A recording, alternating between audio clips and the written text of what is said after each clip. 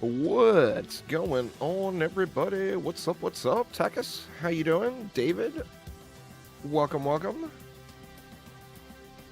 Let's get this rolling. We're gonna do. I don't know how good this is gonna be, but we're gonna try doing a AP reset with the engineer as the carry this time.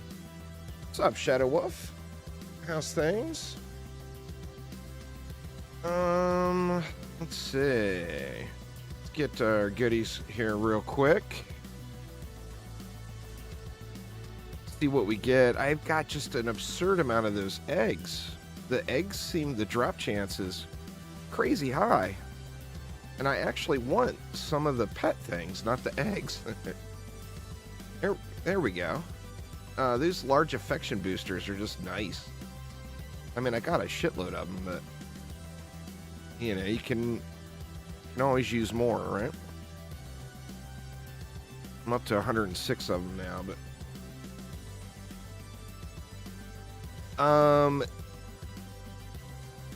yeah, there's 2 new drops, but it's been going for a while. You may already have them, Cake. It's been going for several days. So you might have them. Not sure. It's the... What was it this time? It's the wings, those arms, and then this ground flare, the afterlife portal, is the current ones. Yeah, it's part 2 of the spooky stuff. Let's see. I need to get me another... The engineer can already double jump, so we don't need bunny hop on the NG. I need to get his gear squared away at some point. But let's get his defenses set up. So what do we got? Or what are we going to use here? Throw that on Magnites. We'll throw that on Sentries. Definitely going to use some railguns. Let's go Destruction, Mass Destruction. The Magnite will go same thing. What about the Sentry turret? Well, we know we want Destruction. What is spinning up?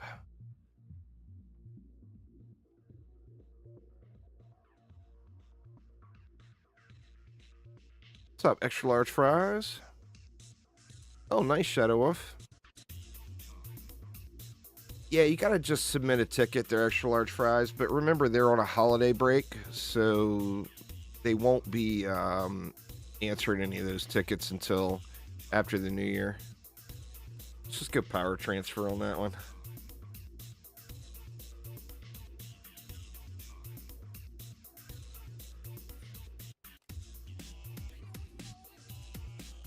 All right. Well, let's get it going. See how well this is going to work. You just got a tink from a 3 white socket elegant round shield. Turned out it was an oppressor with converted sockets. I've never really understood the whole convert to white socket stuff. I don't know how to do it. I'm not familiar with that, how to get that bench. Let's see, so we got to start at floor 251. Or 261. This is a fresh reset right from the beginning. I just reset. It's a rare mod that drops items with white sockets. Ah, okay. I've seen those. The betrayal, I don't know how to get the right person to the workbench or whatever to get that bench unlocked. I did it before by accident, but I have no clue what the hell I did. Yeah, Vorici and research, but how do you get Vorici to research is my big dilemma, you know?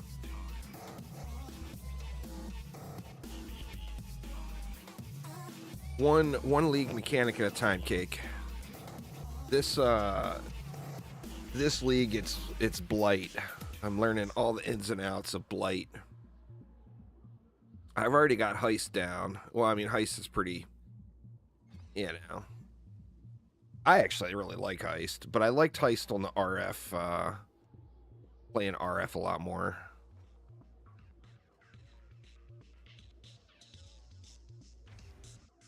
Yeah, that I also got to figure out how to get more of those wisps. All right, now, so we got no wall hacks, is the challenge here. So how do we want to do things when we don't have any wall hacks? I mean, what's going to work, you know? This might just be a face roll.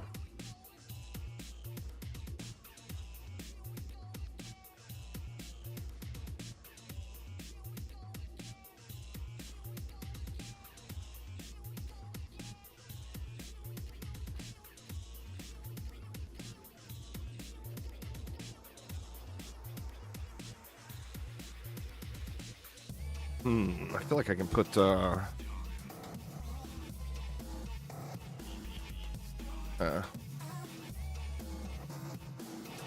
sure how I want to do this. I mean, I almost feel like just railguns might clear that side of the map if I just spam a bunch of them here. But what's going to work here?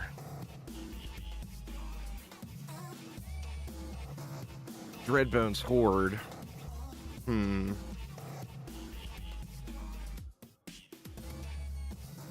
Mixed emotions here, because I don't have any walls in my deck. And of course, doing these resets, I want to do it as lazy as possible.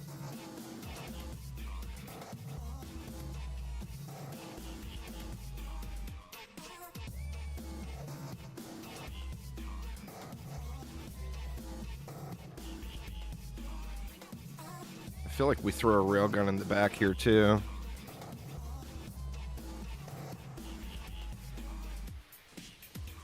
This may... I'm a little sketched out by this one here.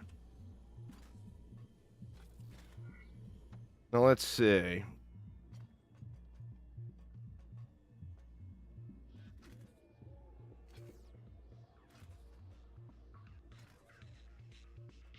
What the hell?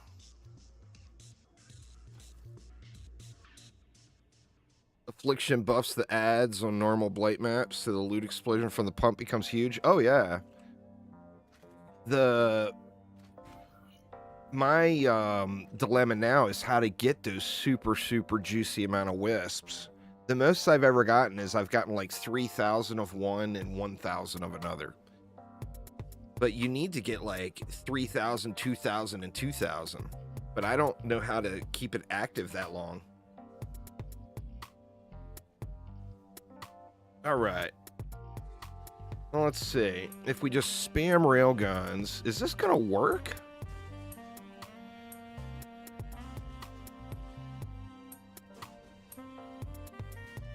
I'm not sure this is going to work.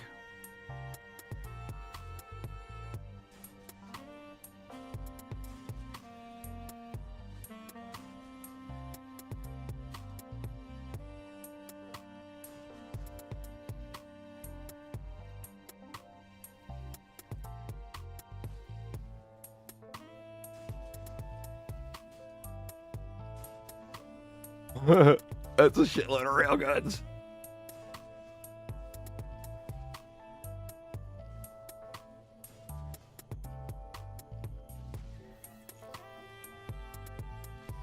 Like I said, I'm very unsure on this one. Of all of the little reset strategies, using the engineer, I think I'm the most nervous about.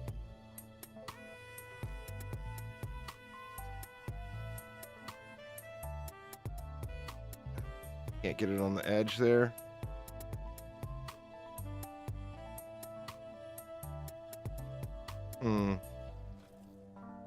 Gonna do something derpy. That looks really bad. What's up, Thaden? How you doing, man? Yeah, I'm very unsure on this one.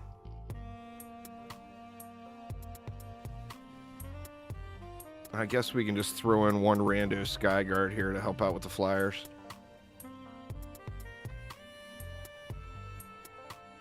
All right, let's see if it will hold. This may just get beat down super fast.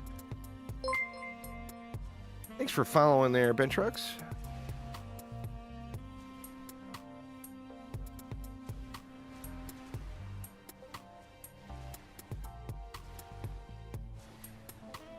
Huh.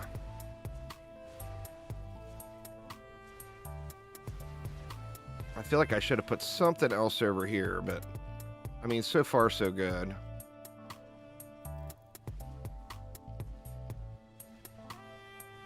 Huh. This is actually wrecking, y'all. I mean, it's only wave 1, but considering it was such an experimental thing.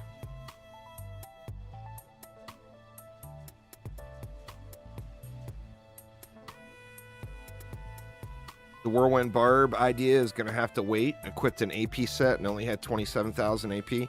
There's something weird going on. I was looking at that on my engineer before I started stream.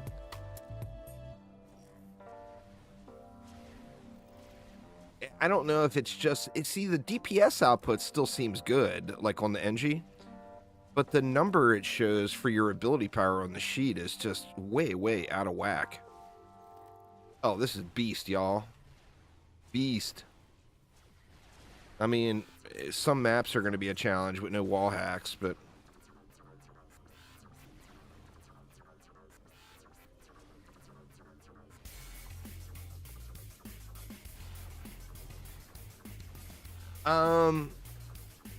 It's worth getting the first set of them. It becomes debatable after that. Extra large fries. I mean, for completionist's sake, you know, most players would want to get them all.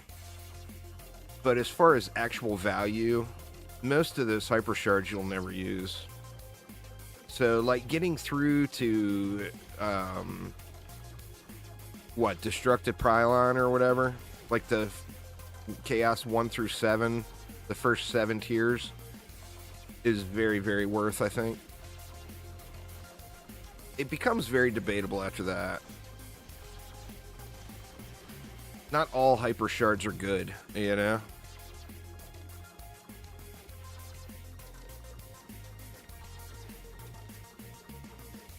Well, it didn't run very fast, but the range on the railguns is incredible, and they are just blasting packs. You get that little bit of AoE out of them.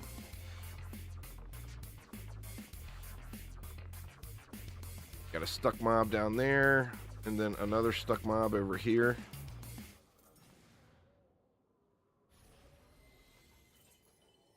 I don't remember which one that is. Most of Mastery is just going to be way, way easier if you bring a friend. You know?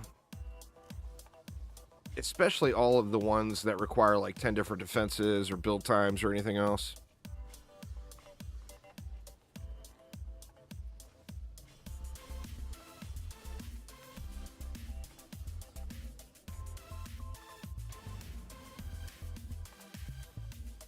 But yeah, it is super debatable on what's worth and what's not, you know? I mean, if you enjoy it and you like the challenge, because Mastery really is the true challenge mode. It's skill-based. There's nothing else in the game that's skill-based. Not a lot of Mastery is, but, you know, like the build timer stuff, that is very much going to take practice. Not raw gems, but the packages go on sale all the time. They're actually on sale right now on PC.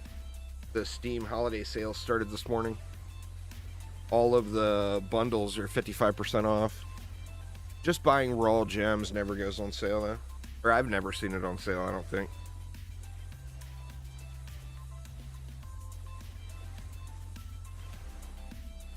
It's a mystery to me why they're not putting new Steam packs down. Because a lot of people have bought them all already and would buy more. But they're waiting for new packs to come. I'm not really sure. I mean, I just feel like that's leaving money on the table. I'm assuming enough people are buying the full price gems, just buying raw gems, that they don't feel like they need to put the packs on sale. But I don't really know. I don't know the behind the scenes on that one. There's a reason why they're not doing it, but to me it just seems It seems like they're just missing out on free money. Because a lot of people don't even need the gems and would buy the packs just because they're on sale. It's... I don't know.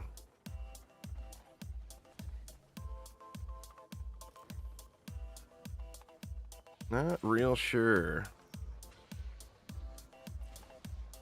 See how these guys do against the assassin. Pewed.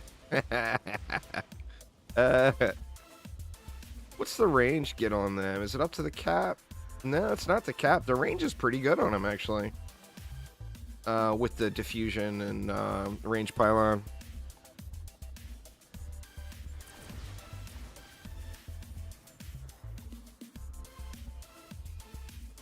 Yeah, doing pretty good. Doing pretty good. These guys are not getting any work in. The railguns are just beasting through everything.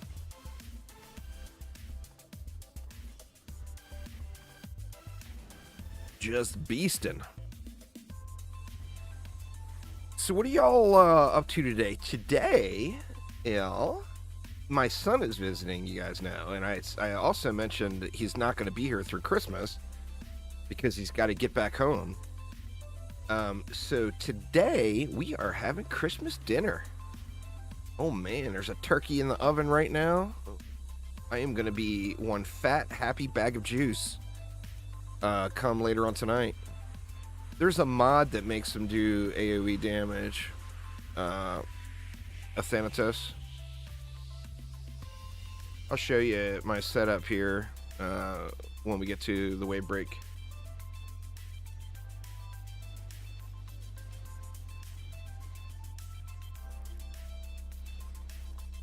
I guess I didn't need all these weird, wonky reflect beams up here. I was worried about hex throwers or whatever taking pot shots from across the world. I wonder, too, is that Skyguard getting any action in? Not really. 11 million damage dealt. It has not gotten many shots in.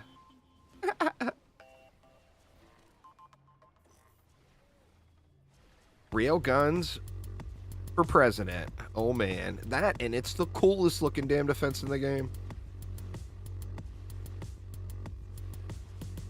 Any of them are.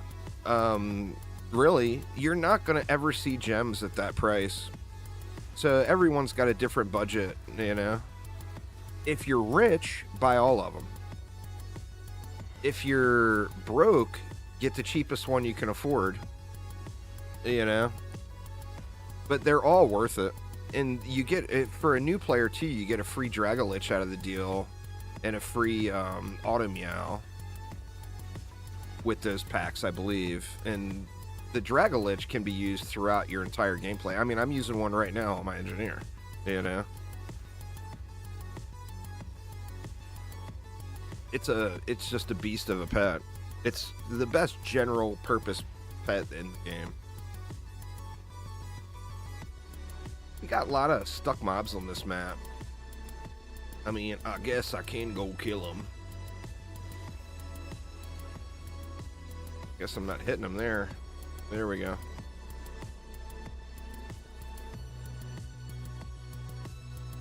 Game keeps bugging out and forcing you into town. That sucks.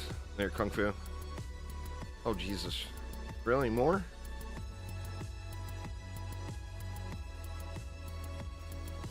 There's somebody up in the air right there, it looks like.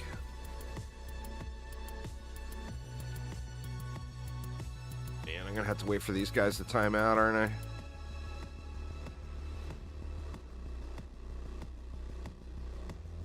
Well, I see spinnies going on. There's something going on in there.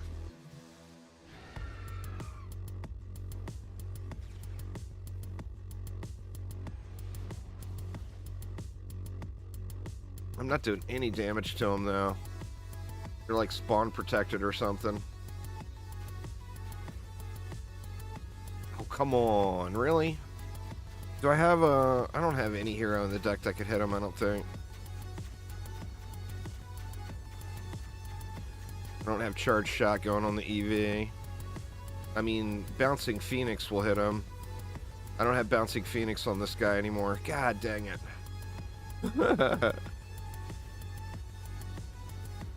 We're just gonna have to wait for this to time out. I don't have anything to hit him. See if I can... No. I'm doing an AP reset on my alt. Oh, it's because they got power block on them, so you can't use abilities on them. Just gonna have to wait for him to time out. Boo! Says there's 12 mobs in there too.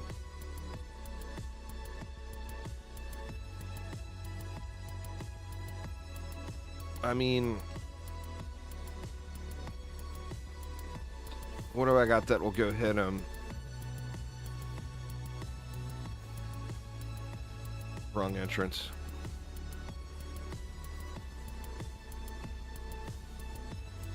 I got nothing.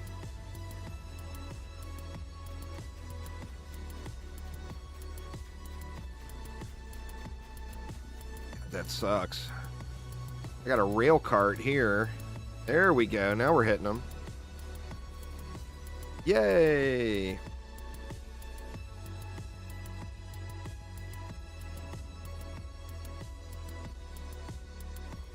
Yeah, I mean, if you don't mind buying pirated keys and illegitimate keys, you can always find good deals like that on every game. Always. Anyway, on the railgun, you use this energy overload. When a railgun hits a target, it overloads, dealing 35% damage to nearby enemies. So it basically gives you an AoE explosion with 35% damage. AoE damage. It's the range on it is small. So you do have to, you know, it's most effective on packs that are really tight together. But yeah, it's a beast of a mod.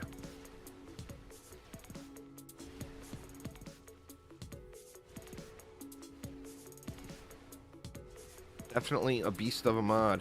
This map's going to take forever to run if these mobs keep getting stuck.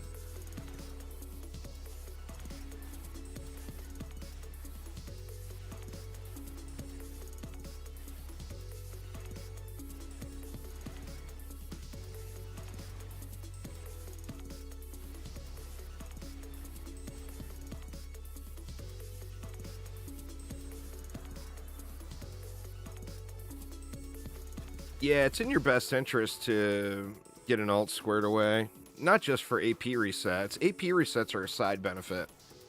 The reason you get an alt set up is because it is a massive, massive grind game. And by having an alt, you cut your grind time in half. But if you intend to be a long-time DD2 player and you want to get super decked out, you're going to have to grind a bazillion hours. Just all there is to it. So an alt cuts all that in half and makes it a little more tolerable. What's up, Ghost Freak? How you doing, man? I'm itching to try that Wild West mod for 7 Days to Die, Ghost Freak, but I've also just been super, super hoping that Alpha 21 goes onto the experimental build. Or Alpha 22, pardon me.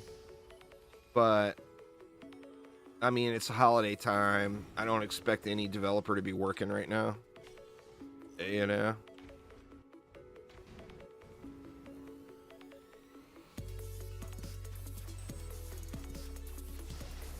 And then I've become way too obsessed with the Blight mechanic in Path of Exile here lately.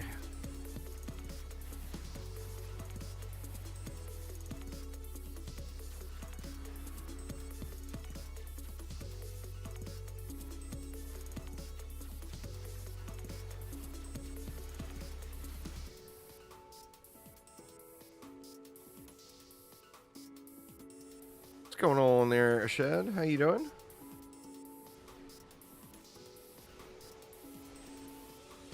You just get popped. See if the Yeti makes a difference here. He froze me before I got my... he's gonna die anyway to the railguns. They just slapping. I'm doing an ancient power reset, Dan man, so it's low level content. There's no one that would want to join. I might do a public one day, but doing AP resets on an alt public is just, it's just gonna make it take 2 times as long as it should, maybe even 3.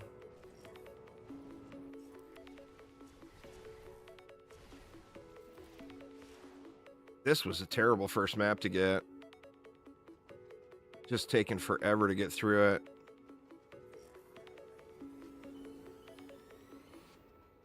But lots of mobs, hopefully lots of loot. And we can, hopefully this unlocks Chaos 9, then we can do a Chaos 9 expedition and get to skip. We will act immediately on the more troubling aspects of this report. I debated on doing one, Ghost Freak, a public one, but I just don't know if I'm, you know, I mean, I want to just chill while I'm doing these. But I don't know if I'm quite ready for that.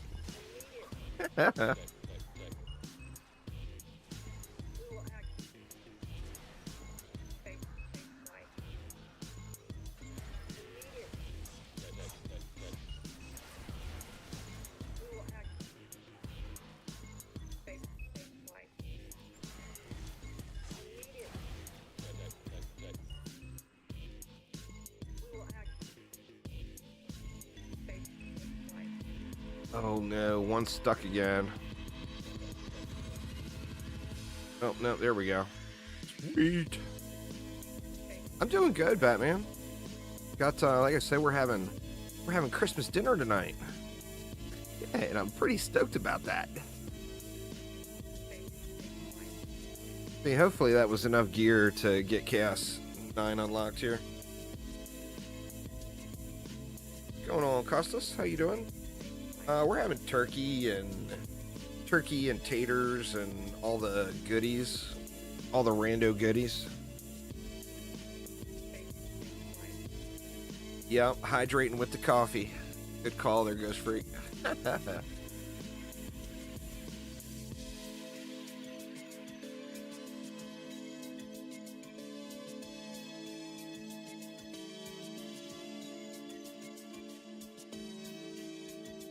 Yeah, that was a brutal first map. That took almost 30 minutes. That one runs so slow. It's almost a candidate for an insta-skip.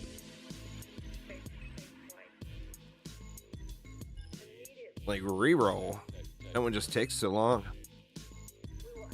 I guess it was about 20 minutes, because I tooled around in Tavern before I jumped into the map. Alright, what have we got? Thanks for following there, Tomasimo. So that I didn't get that giveaway going. I was going to start another holiday giveaway this morning, and it seemed like it may have been a little too new. PoE is such a great game. I mean, if you're not digging it, you're not digging it, you know. But it's an incredible game once you get past that ungodly campaign.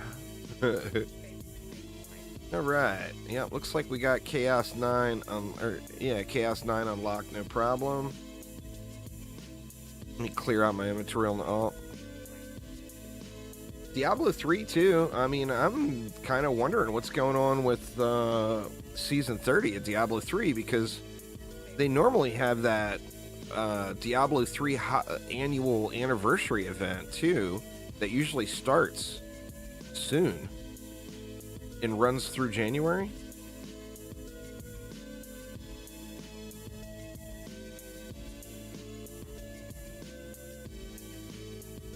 Would gift 2 subs for it. Oh man, I can't do that.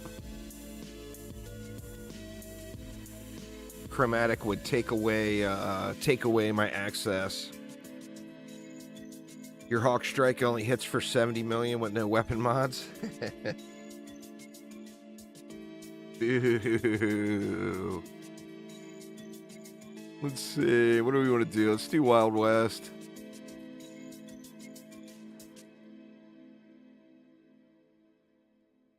Well, they're done with like this upcoming season is they're going to be adding permanent features into the game, and then the seasons will just be on a rotation. Like they're done doing new seasons, but it's still super fun, and the permanent additions they add to the game are extremely powerful. That altar.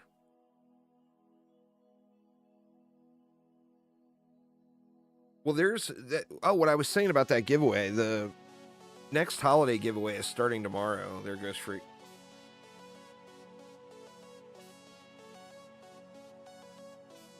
Miss the DD1 maps? Well, I mean, the majority of the maps in DDA are DD1 maps, and like 30% of the maps in DD2 are DD1 maps that have been reworked.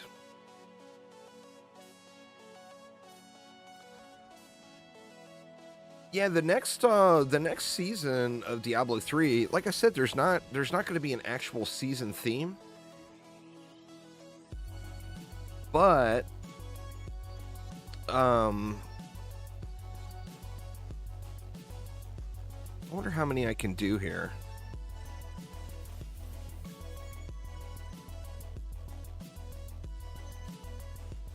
We got a lot of DU.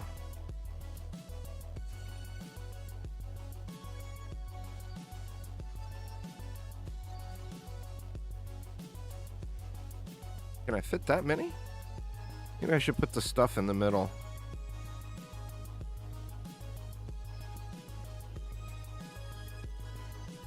I'm not sure we're going to be able to fit them all on a buff beam. We'll have to see here.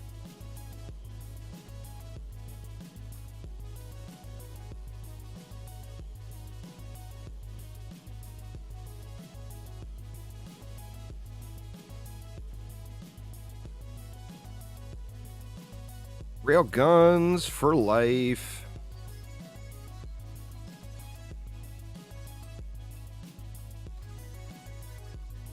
Looks like it all fit. Just barely, but it did all fit.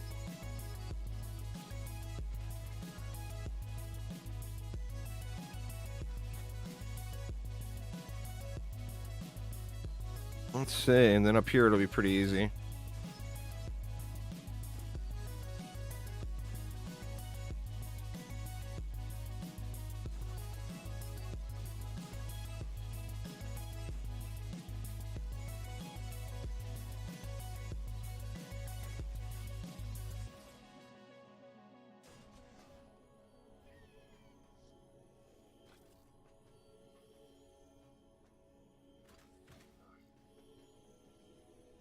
Yeah, there's, clearly something strange going on with the ghost. I mean, everybody's seen it. Everyone who's been playing is doing it.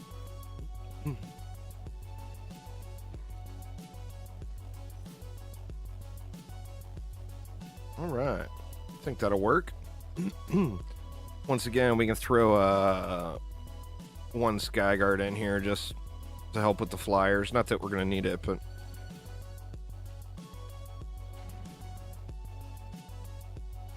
Love the seasonal style. It's same, but the learning curve seems to push you away. So I don't have any idea what you're doing.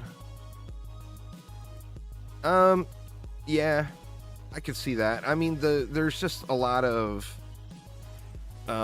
systems on top of systems on top of systems. None of them working super well with each other, and none of them explained at all in the game. I mean, I thanked him for it, because I was able to create my YouTube channel based off of their terrible explanations of what's happening in their game.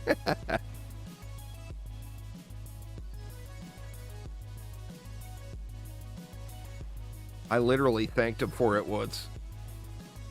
I think we could speed this up a ton if I'm active, but...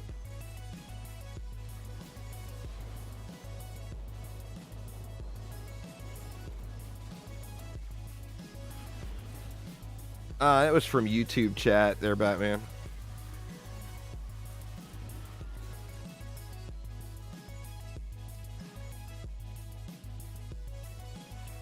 I'm not allowed to put the chat on the screen anymore. Twitch is allowing multi-streaming now, but they don't allow you to put the the YouTube chat up on the screen like I used to do. Which is stupid because they feel like it's going to pull people away from Twitch and send them to YouTube. But in all reality, it's probably more likely to pull people away from YouTube and send them to Twitch. Because, you know, not a ton of people watch live streams on YouTube. And the people that do, you know, are there for the chat interaction a lot of times. I mean, some people like to lurk, which is always fantastic.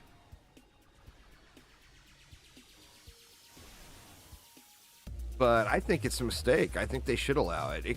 They allow the multi-streaming now, but they create a level of confusion with what's happening in chat, you know?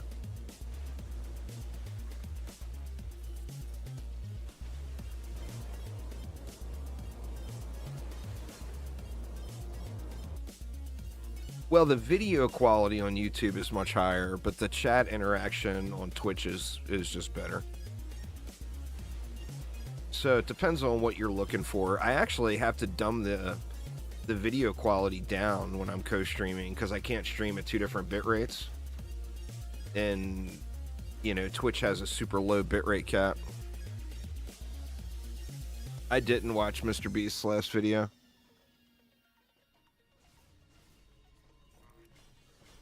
What was it all about?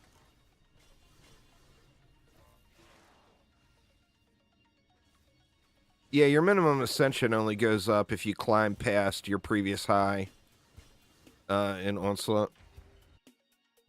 But don't worry about your minimum ascension going up. Just do your resets that you want and then just play.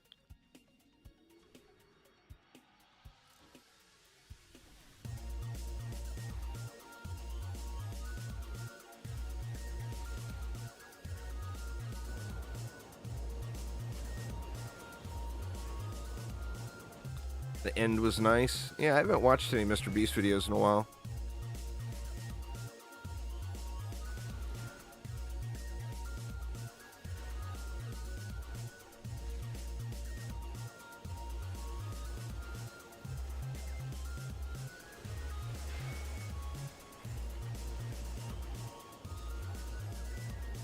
Get wrecked, Betties.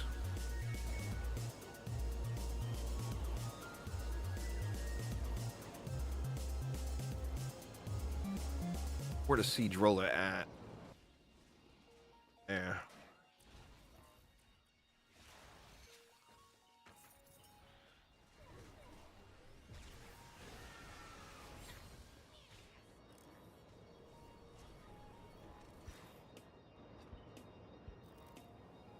Oh, would you split or steal 500k with a random person you don't know? Man, that would be so hard. In a Mr. Beast situation like that, I feel like the right answer would be to split.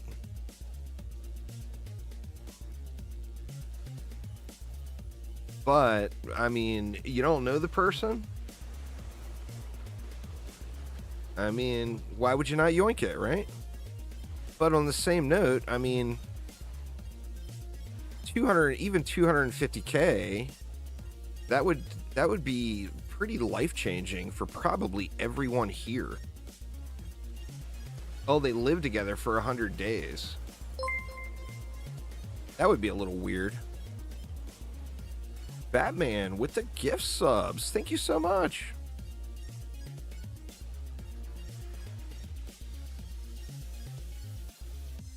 Or Ghost Freak with the gift subs. Pardon me, not Batman. Ghost Freak, thank you an absolute ton.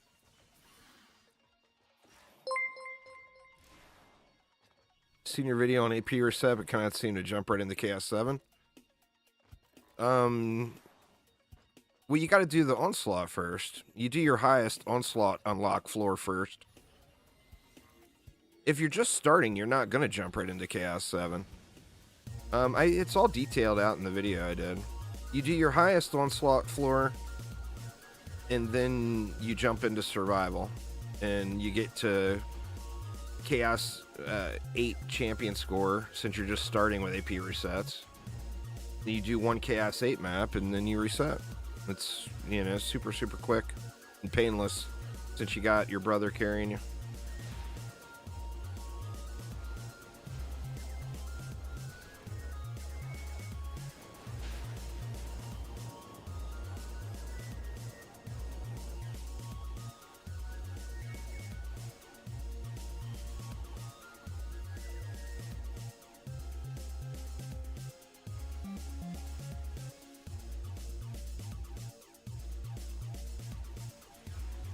Well, I mean, you got to realize too, it's not their money.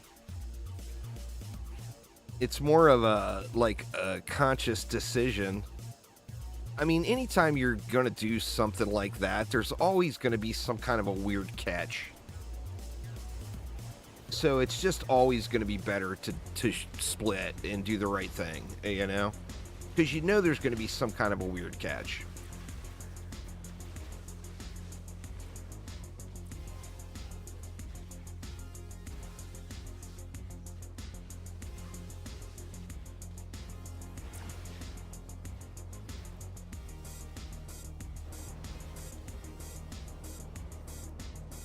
Yeah, Xbox is all caught up. Got the free Defender Pass skips and all that. We're all part of got through certification even during the holiday.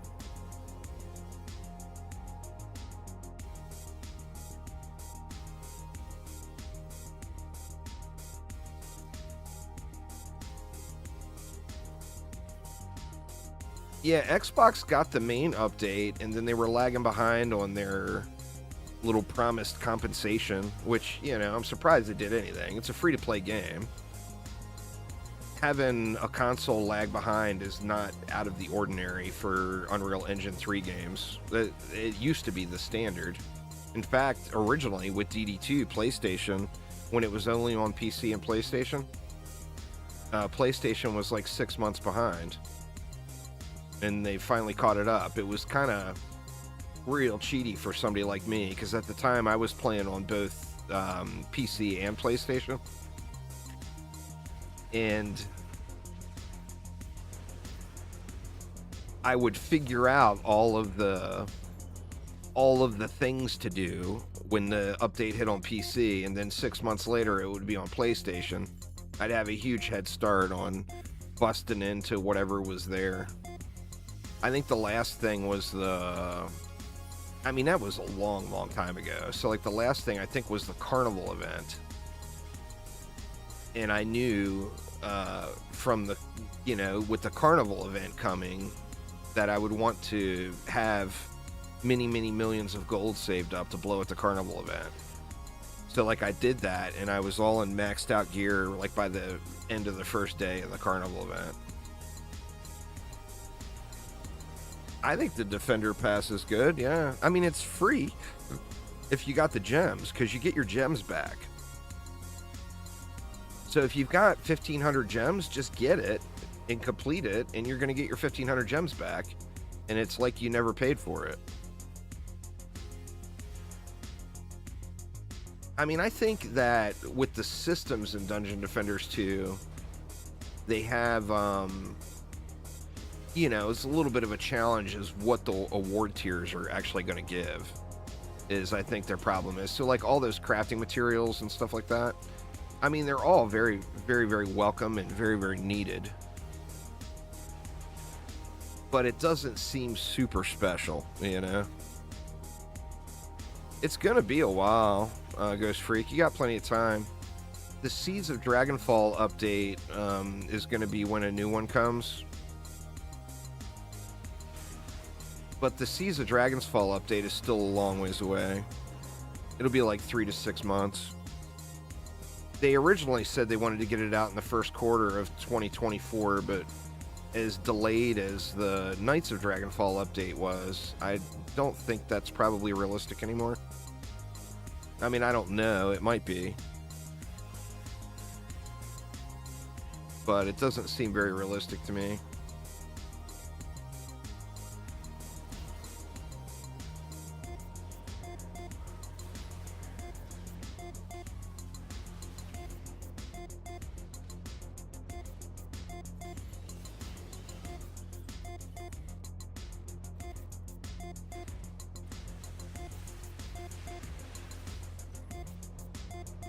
Engineer bust some heads, man. January would be a good time. Well, hopefully we got Alpha 22, at least on experimental by then, Ghost Freak. I know you like to use some 7 Days to Die. That would be awesome.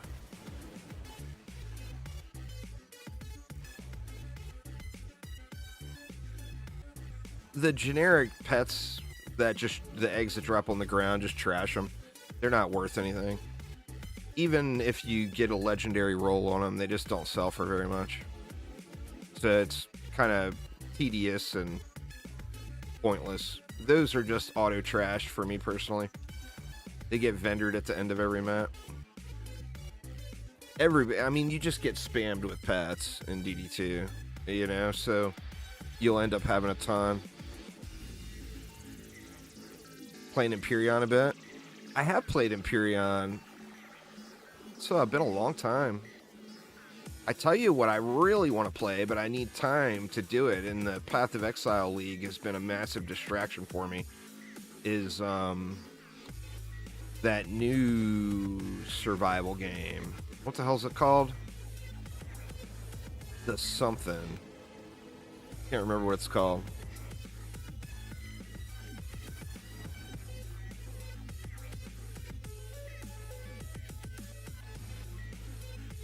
How can I not remember what it's called? Let me look. The Front. There it is. I didn't have to look. Good call there, Tux. I actually got that gifted to me for Christmas, and I haven't played it yet because I've been like a crackhead on DD2 and PoE. Like, way too much of a crackhead.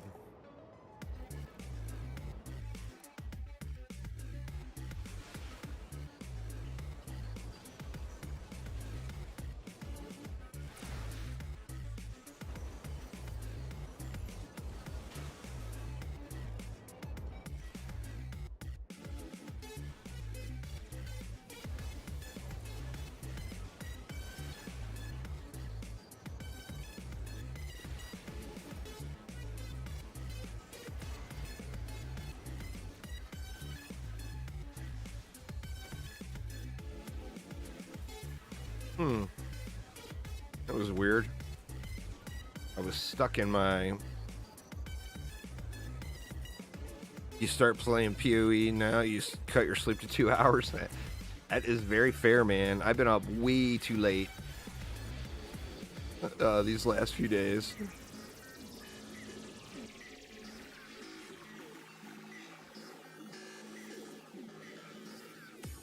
Blight is, for a tower defense fan, Blight, the mechanics are not super deep. Like, once you figure it out, you figured it out. But my character itself is not super jacked. So some of the Blight maps, like the Blight Ravage maps, are quite difficult for me. The Blight Ravage maps are no joke, but they don't seem super rewarding. I failed a bunch of them until I kind of figured it all out, and then I got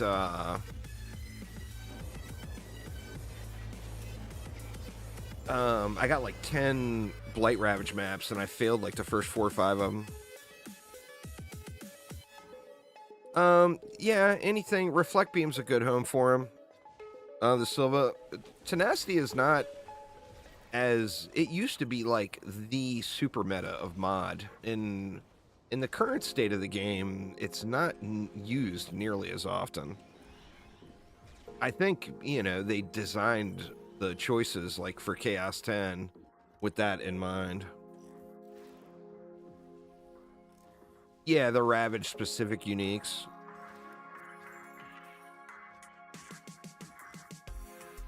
I mean, that's all nice and everything, but I personally don't want any of them. And unless they sell for a stupid amount, I wouldn't really be encouraged to farm them. Especially when, like, you know, just doing Blight, like setting your Atlas up for Blight, on your skill tree, and you juice the map, and then you go into the league mechanic and you double juice the map, it's crazy what pops out of that chest. Oh, correct. The neck is pretty profitable.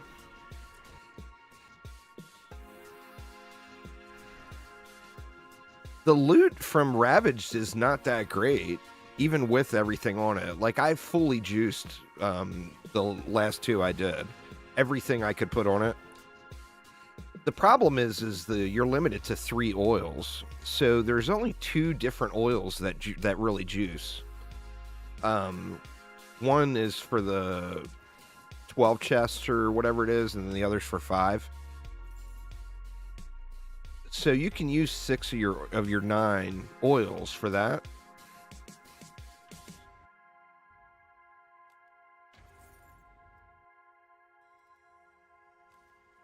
But I don't know.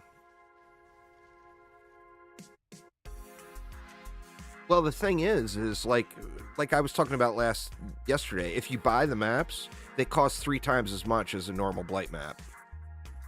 So I personally expect 3 times the loot, right? If you're paying 3 times the amount, you should get 3 times the loot.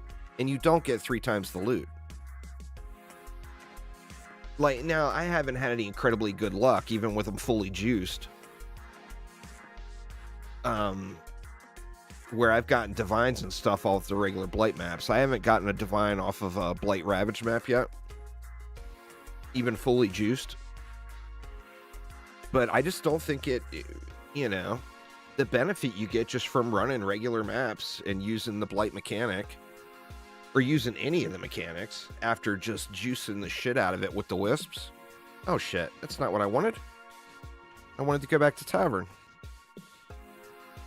I guess let's just start it and fail it. It'll be quicker than leaving.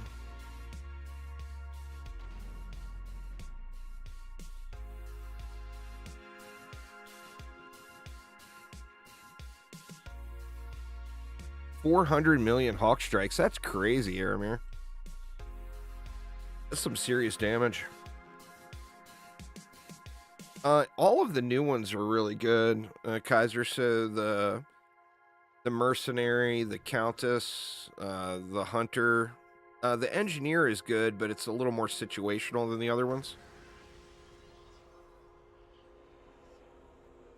But I would say any of the newer heroes over the last 2 years.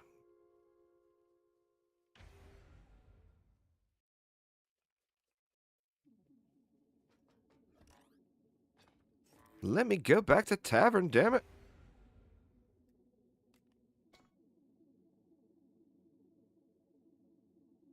If I personally, now it's all based on playstyle choice, but if I personally was starting over and I had the EV2 and I was ready for another hero, I would get the Countess, personally. But I also really like the Countess, and I really like the Countess's defenses. So, as far as effectiveness, the Mercenary, Countess, or the Hunter are all going to be very effective builders. But I just really like the Countess. That, and I think she's got a good character model, too. Got that whole ginger thing going on.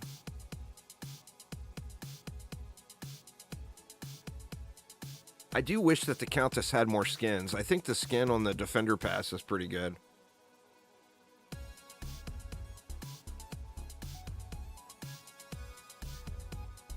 Alright. Nothing good on the alt.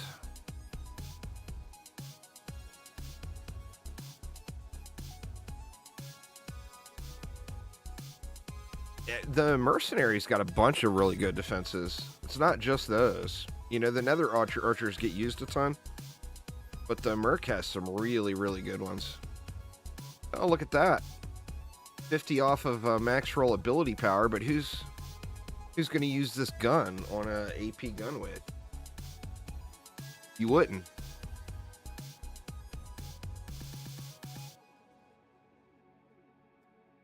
I'll save it for later, I guess.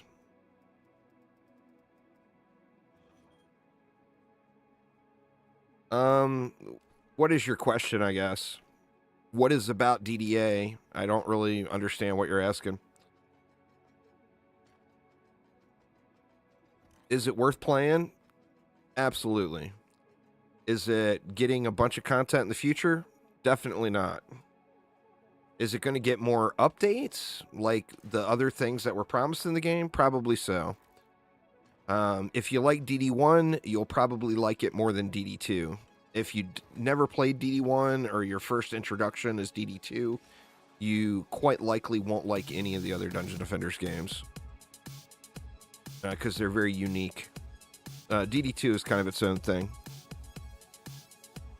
I mean, a lot of people do like DD1 and DD2, so don't get me wrong, you might love it.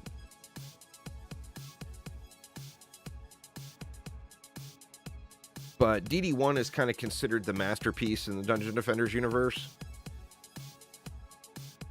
Well, the hackers is not an issue, because hackers get hacker flagged and then you don't play with them. You just there's a setting to auto reject hackers. I mean, that's an opinion-based question. If you asked every player that ever played all the Dungeon Defenders games, DD1 would win the answer to that question a million times over.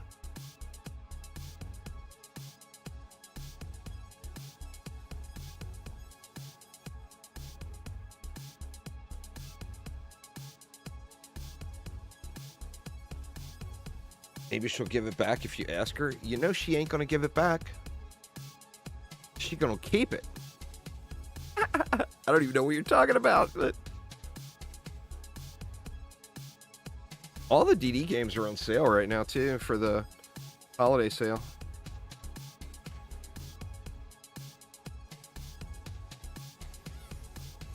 Spectral Knights have always been able to hit flyers. Ever since the very first day. We got any weird stuff? What's that?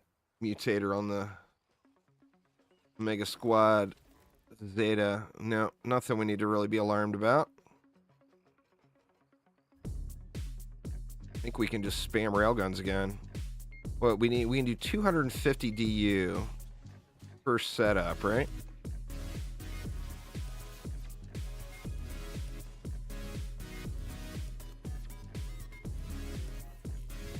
And then that gives 50 extra for the middle lane. Oops. God dang it. When I'm doing this dual boxing thing, I constantly tab over to the wrong window. Do I want to spawn camp them or do I want to do them here? I'll just do them here for the chill. Little chill factor.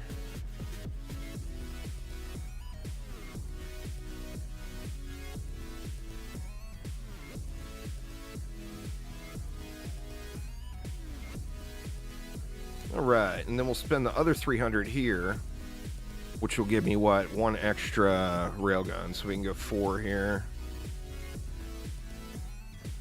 You know what? We should go 2 and 2. That way, I got lots of room for my reflectage or my buff beam.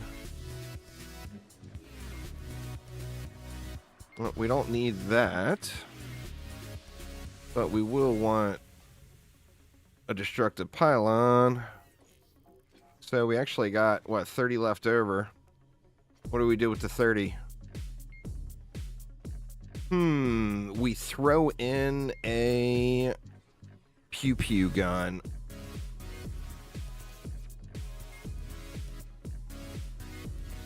I'm gonna have to move that, I think. There we go. Now we got big pews and little pews. That is the official defense type, y'all. Big pews, little pews. Now, are we going to have any issue with any ranged mobs here? We got hex throwers up there. We could have a... I think it'll be fine. Famous last words. It'll all be fine. Let's see if it will all be fine.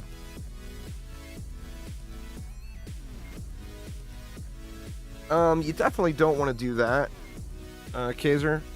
My suggestion, since the game is such a huge grind game, is always farm something else you need. Because Defender medals come with everything you do. So don't just farm Defender medals. If you were to just farm Defender medals, then you want to do it on the Demon's Lair incursion. But that's not a very smart thing to do, considering the game is so grindy.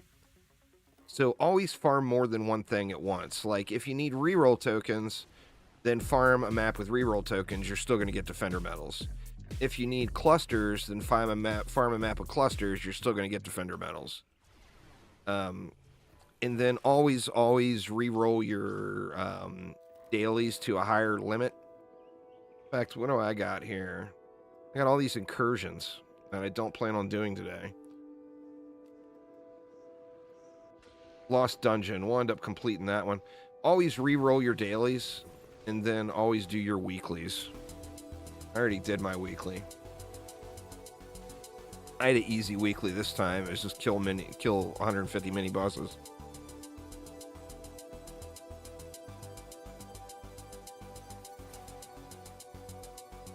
No.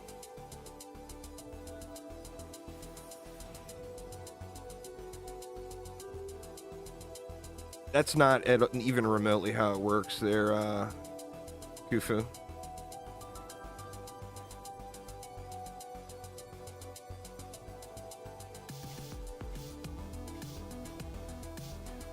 Sounds like you should watch my tutorial videos.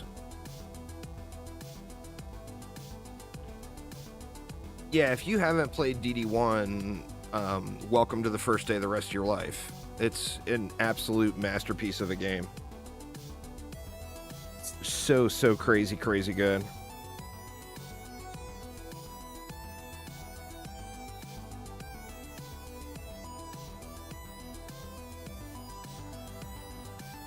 Well, see, the thing is with Spectral Knights, it's not counting anti-mods too, so the tooltip is never going to reflect what they're actually doing.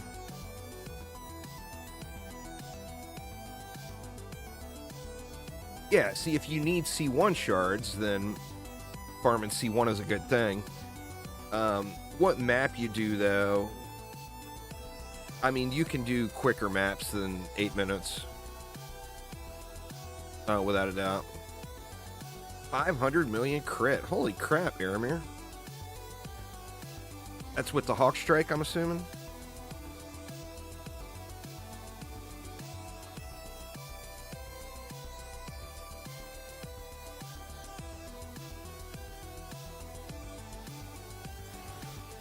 Crazy.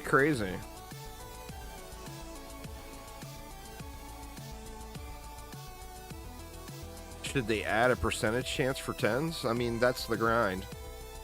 By changing the rate that 10 out of 10 mods drop, they're also changing the game's monetization.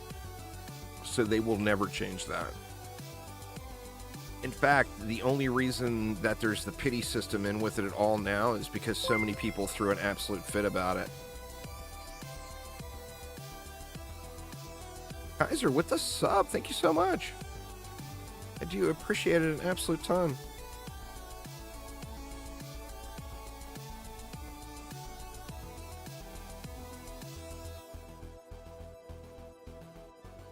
See, a nuke barb I could play, Aramir. I could get into that.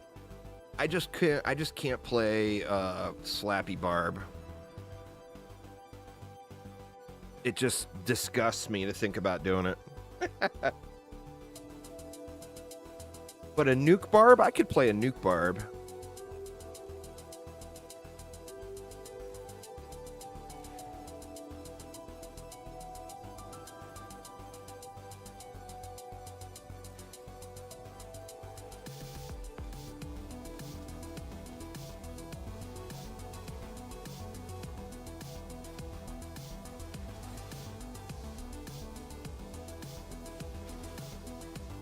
I love those tornadoes, man, the way they knock you up in the air. It's the funniest shit ever.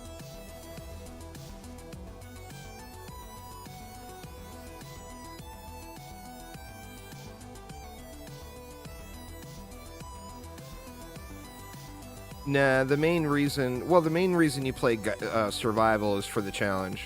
It's the hardest thing in the game. So if you want the challenge, that's where you go. But as far as loot goes, the only thing you get there is godlies. The loot is actually terrible. The defender medals you get per hour is very low. I enjoy it because I just like endless game modes that scale up in every game. I think those are really fun.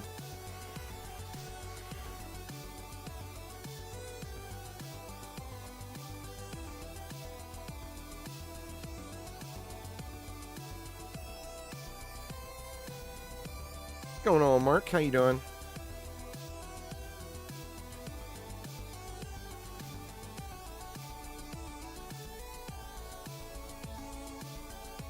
You can never go wrong with farming the maps that give clusters, Jalen, or reroll tokens. First off, you're going to need thousands of reroll tokens. So those, it's kind of a no-brainer to farm that.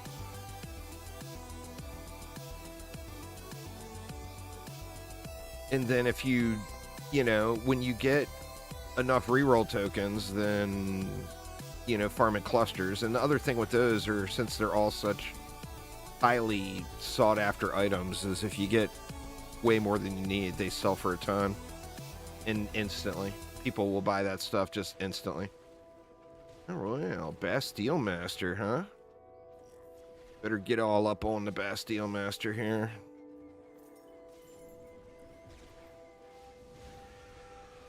No, Bubble! Woo! Well, he still killed me, but I got him too.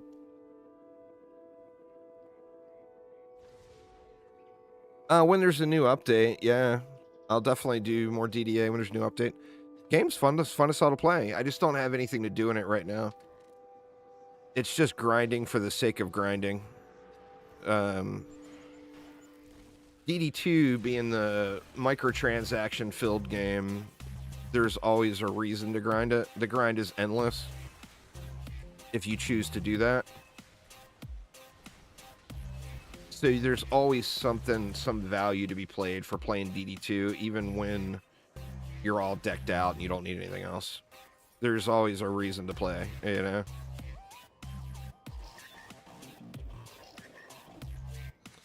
Well, I wanted to kill him because I didn't want him to take out my railguns. I forgot to spend any of my mana on upgrades here too, apparently. We'll get these all juicy. Oh, juicy.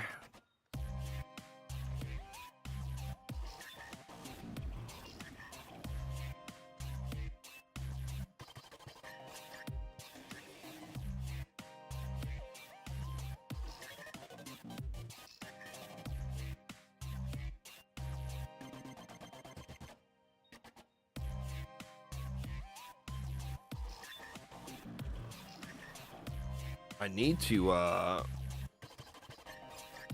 mean, I just am really enjoying PoE right now. But if I could get off of this PoE grind, I really need to spend some time in the front game.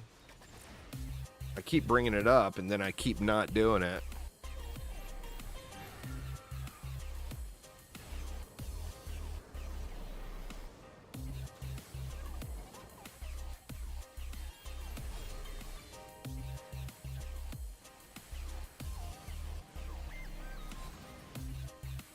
God, man, these things just shred for AP resets. I was not expecting this. I was expecting this to be a little sketchy, and this is like super, super smooth. Everything just gets blasted. Even playing the easier content like this, like doing alt AP resets, you're doing Chaos 9 content and Chaos 10 gear, so it's super easy to do.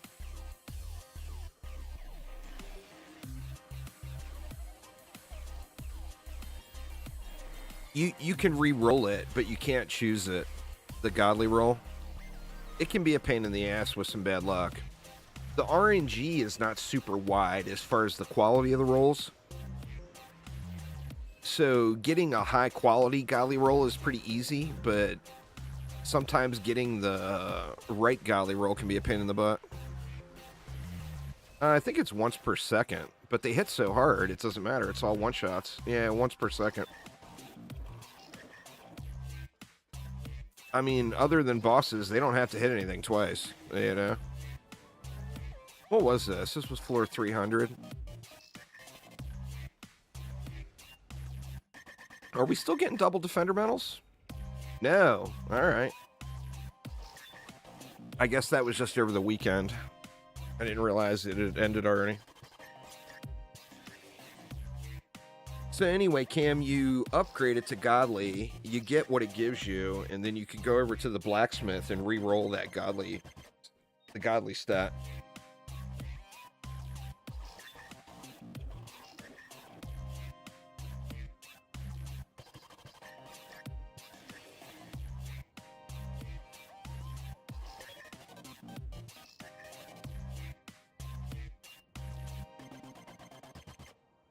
Shit, 14K is nothing goes free.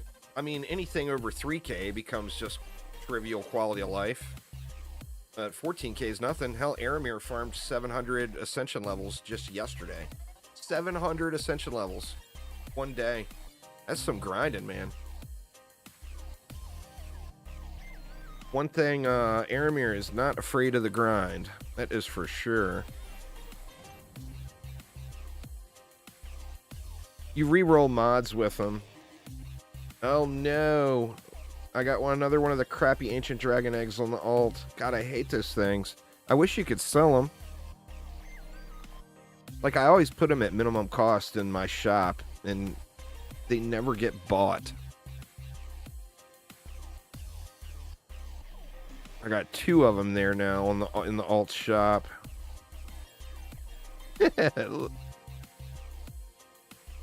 And nobody will buy them. I wish you could get rid of them another way. The plumber. Let's see. No 10s.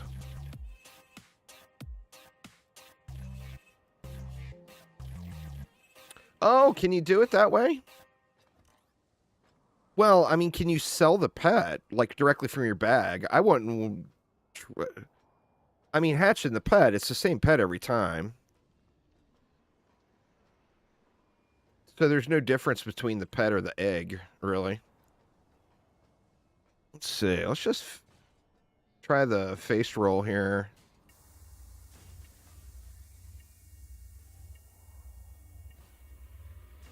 See if we can't just do...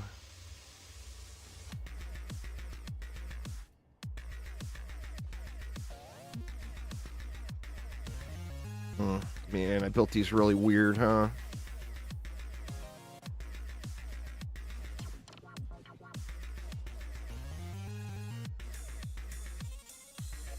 What, 4? Should be plenty, right?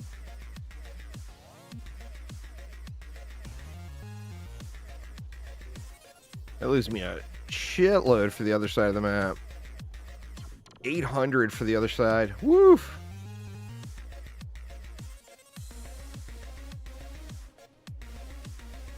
Make sure there's nothing funny. Make sure there's no funny going on here. We got rollers. I guess for rollers we can use these guys.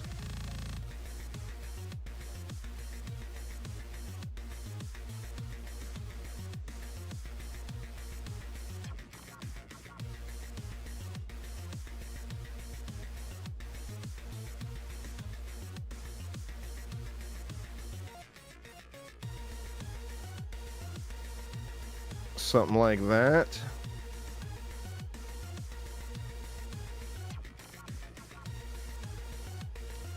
And then, is there a way, or is there a spot to do all of these in one spot? Doesn't really look like there is.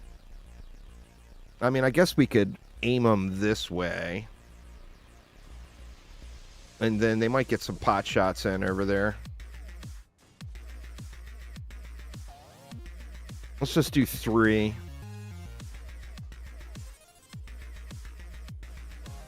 What do we got there? We got throwers. I'll throw some reflect beams on this one.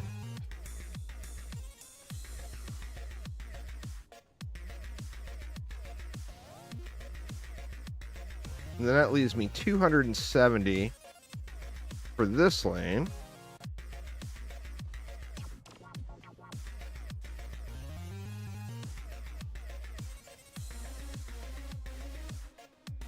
Not enough juice.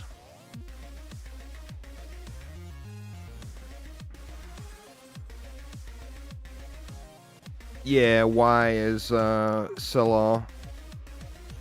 Indeed. Indeed.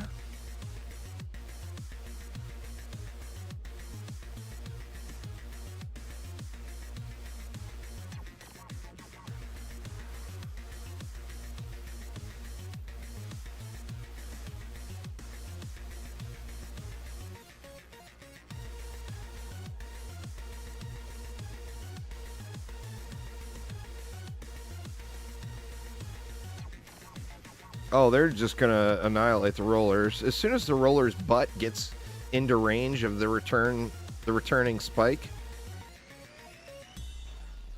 Oh, you meant the railguns. Yeah, the railguns I should turn around so they're not on that roller lane. Since they target the heaviest enemy.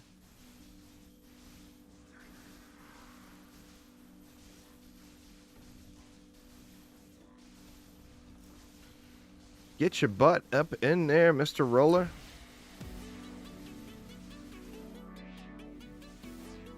The frost strikes is actually hurting me there, making it run a little slower. Well, I mean, that's a good thing when you need that. You just have to plan ahead with how you've got them aimed, you know? Like, if you're throwing a rail gun into the mix to burn down the tougher mobs, that's a good thing, you know? Alright, so let's turn them this way.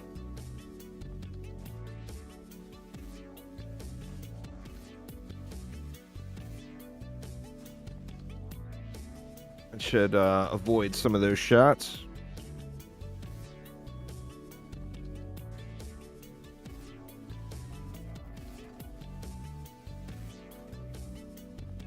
I think that'll be good.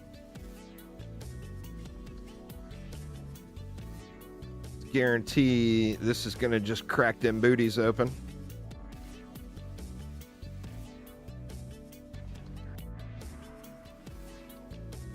Oh, they both do. Everything has got good synergy with the EV. The EV is the ultimate support hero. Literally every defense in the game gets better because of having the EV, whether it be reflect beams or buff beams.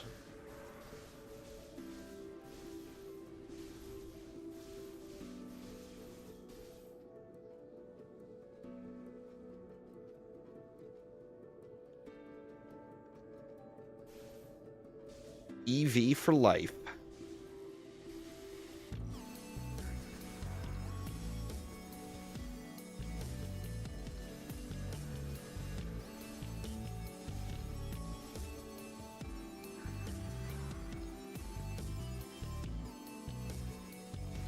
Like to not be getting shot with those rollers. I want to watch the lane though. I love watching these things go to work on them rollers.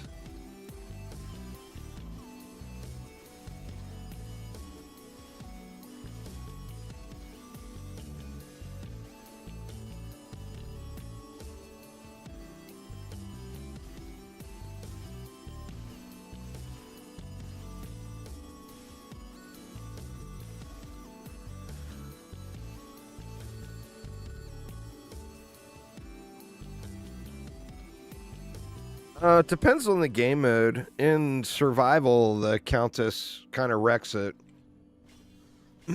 As far as doing Chaos 10 content, both of them will completely annihilate the content. I would say, do you enjoy playing a melee hero or a ranged hero more? If you enjoy range more, go with the Hunter. If you enjoy melee more, go with the Countess. What's my favorite Christmas time treat? Easy, easy, easy answer. Peanut butter fudge, man. Peanut butter fudge is the yummiest shit. Oh my god, it's so good. All about the peanut butter fudge, let me tell you.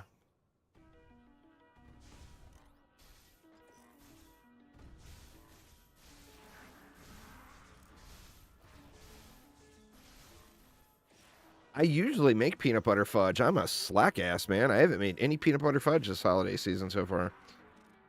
My wife and mother-in-law neither make it. I'm the peanut butter fudge guy.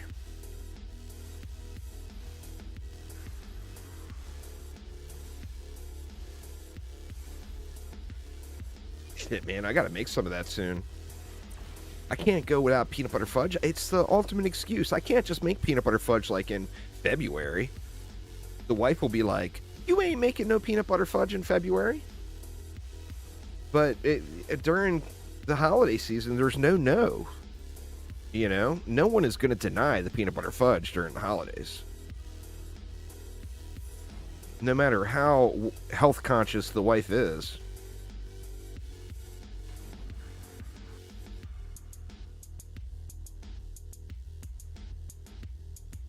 My wife does cookies. She does baked goods really, really good. I mean, her cookies are to die for. You know? She could open a shop and sell those. They're that good. And I'm not afraid to tell her if something sucks. So I'm not just saying it because she's my wife. Her cookies are really, really, really good. A lot of people don't like peanut butter. People who like peanut butter love peanut butter. But people who, you know, if you don't like it, you don't like it. Ain't nothing wrong with that. More peanut butter fudge for me. Uh-oh. We got a cannon ogre down there. He is going to blast the living shit out of those.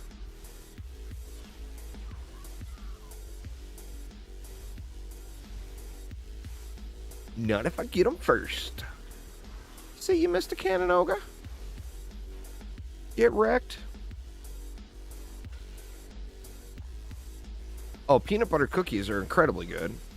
I mean, I personally am a big fan of peanut butter. She makes awesome peanut butter cookies.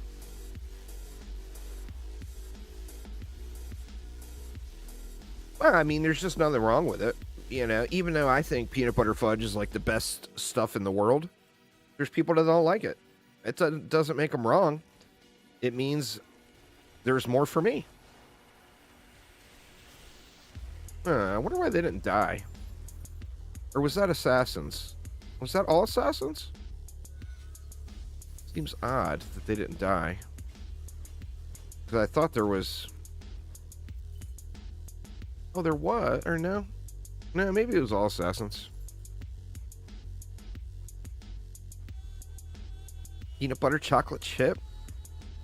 I mean, no wrong answers there.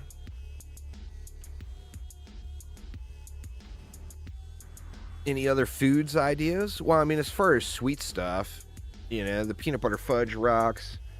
The wife actually makes homemade chocolate truffles. She's got the little molds and stuff. They always turn out really, really good.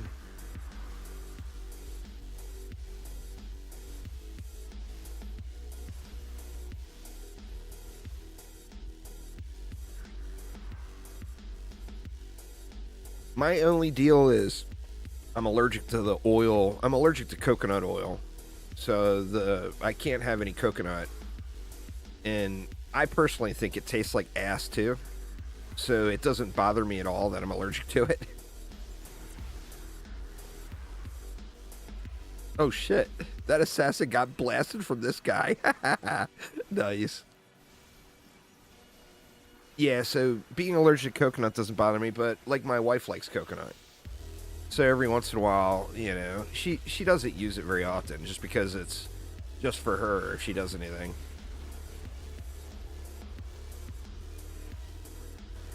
The texture is what it is. I mean, I haven't had enough coconut to really say since I am allergic to it.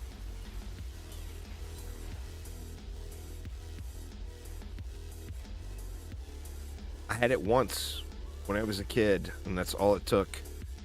I mean, I've had it in small doses before. I'll never forget that. I was like, I don't know, single digits. I had to have been like 8 years old or something. And I had something with coconut in it. And we were out, so I must have had it in the car. We were in a grocery store. And it wasn't like 15 minutes, 20 minutes, maybe 30 minutes. I don't even know. I was like 8. But shortly after I ate it, we were in a grocery store and my body like exploded. I like got covered with these huge lumps and you know, it was clearly an allergic reaction to something. So my mom took me to the doctor and I got a shot. But yeah, I'll never forget that coconut experience. But peanut butter, however, oh, I don't have no peanut addiction or peanut allergies. That's for damn sure. I love that shit. Love it, love it, love it.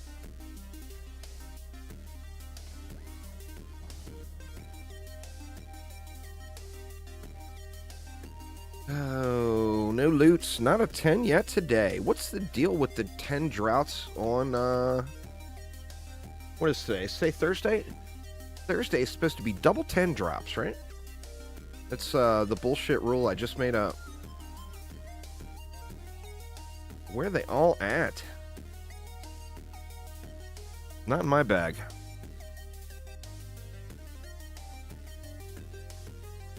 Alright. What do we want to do here? We got some Flappy Birds. Not sure how we want to do this one. Part of me feels like we could just blast with it from up here.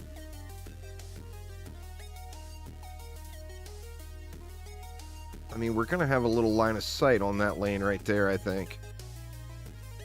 Actually, I could go right along the rail, maybe.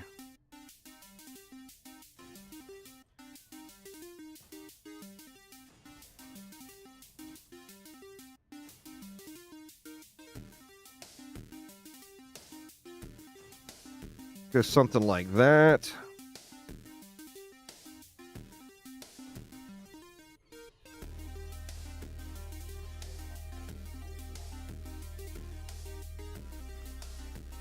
I mean, is that going to be enough?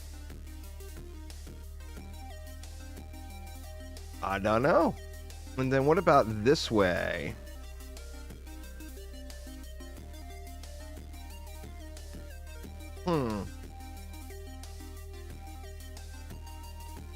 Trying to think of more creative placements here.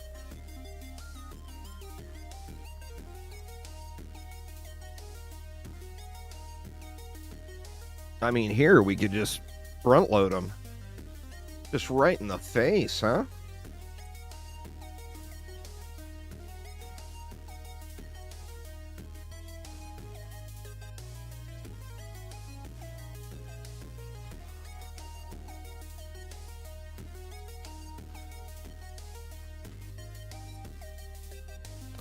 Right in your stinking face, baddies.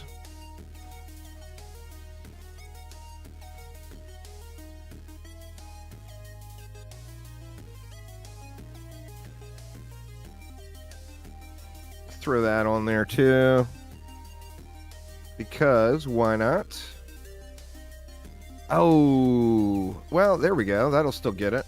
Yeah, that'll be fine. All right, what else?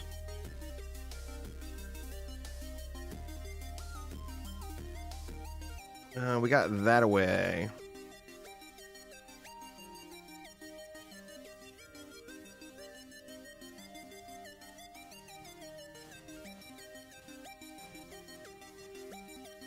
So much DU, huh?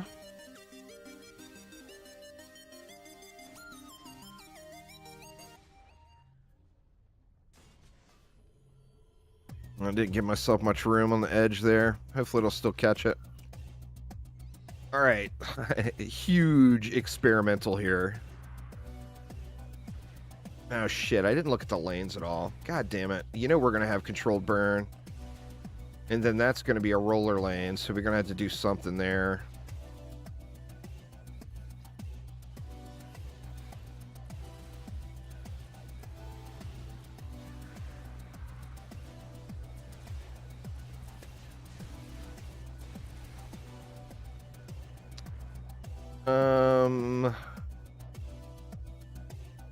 I mean, we can just do this. If I cannot get shot for a second. Since we got so much DU left. And then we can still just AFK. Actually, do I put them up there? I mean, I'm worried they're going to get thrown at. I guess I could throw a reflect beam on them.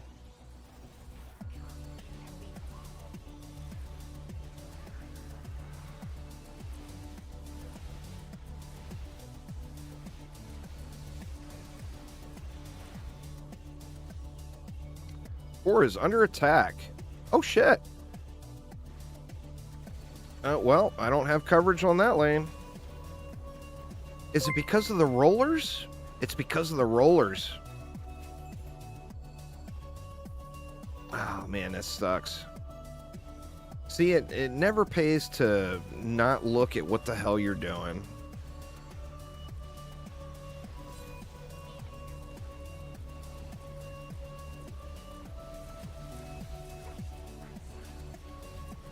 It's because of the rollers. That's alright, we'll get pews up there instead. Little pews. Pew, pew, pew, pews. Well, thanks so much for the follow. I do appreciate it.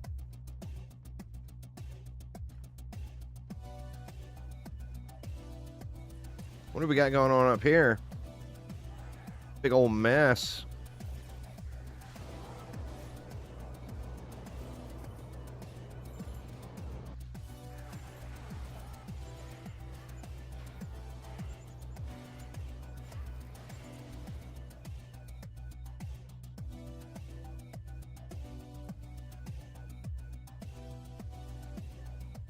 Yeah, I'm going to do some rebuilding here for sure.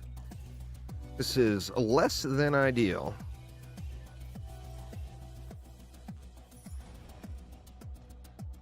Alright, first things first. The roller lane has got to be addressed.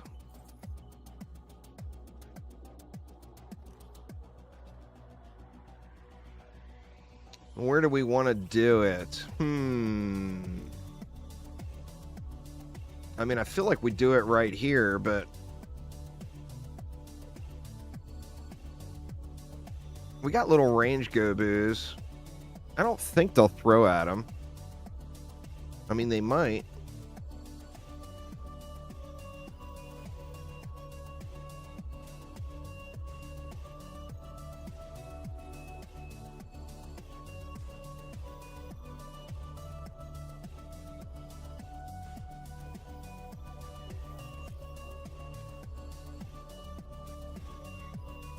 All right.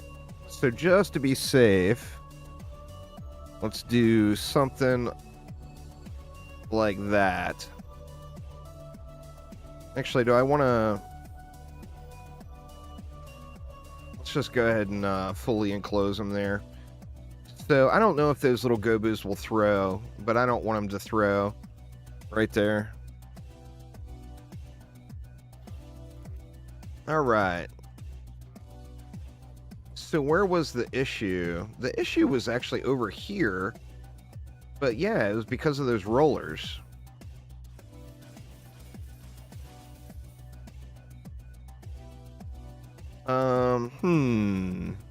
How to handle it? Well, I mean, we could put... Let's get a bunch of little pews.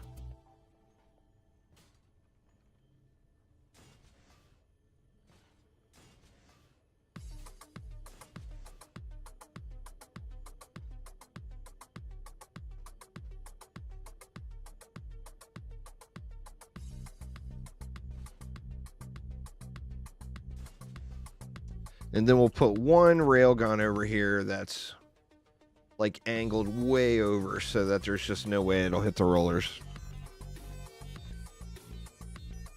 That's just not going to make it, huh? Put it a little farther back.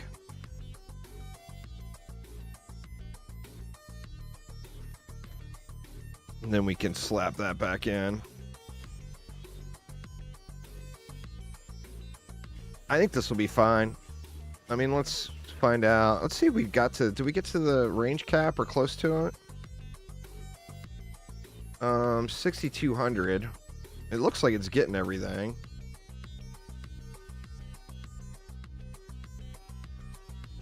I like it.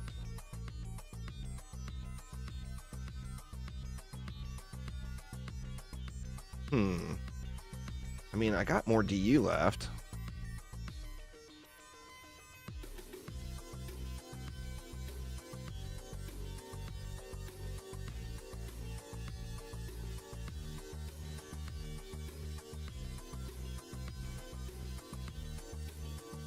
It's not going to be... Well, that one's not getting the... It's not going to be getting the destructive pylon, I don't think, but that might be alright.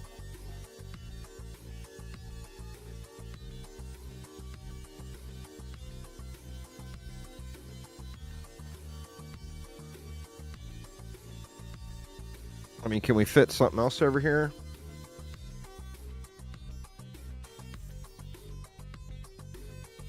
Let me put this pylon over here.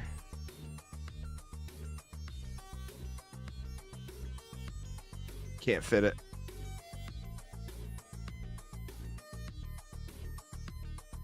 And we can't get one of the... Oh, actually we can.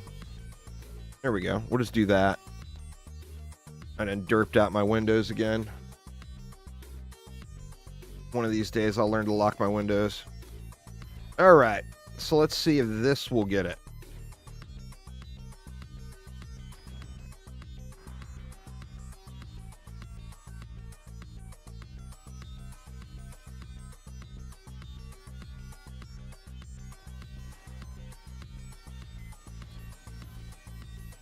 Oh yeah, they're still shredding it. They're spawn camping that lane.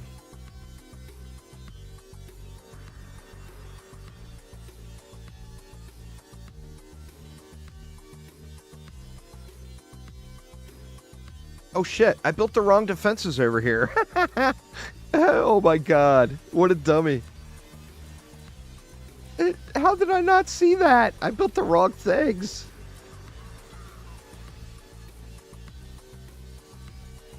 We got 40 DU left, so replacing them won't be an issue, but...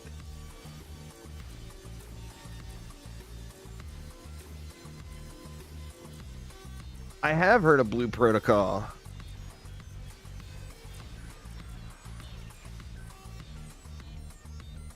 Good lord, man. That's so crazy. Completely built the wrong defense. That failed its job, secretly laughing at me. That's what they failed at.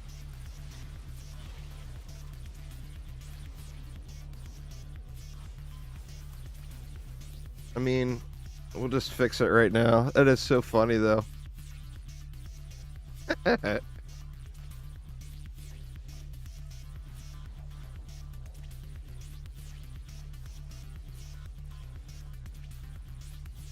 I don't know what's going on up there. My rail guns aren't reaching them. That much is for sure, but there's like a little dance party going on up here. I don't know. Probably until right before 5 o'clock Pacific time. Like I mentioned earlier, we're having Christmas dinner tonight. So I don't want to miss out. Don't want to miss out on the Christmas dinner.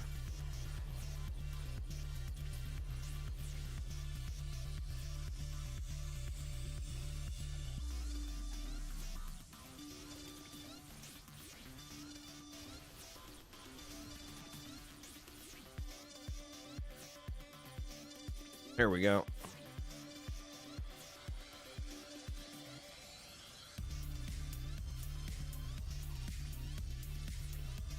Do I plan on playing Blue Protocol? I don't know. I mean, I plan on playing a lot of games, and then, you know, when you're like a crackhead and you're addicted to a game that you could realistically put thousands and thousands and thousands of hours of grind in, you end up missing out on many, many other games.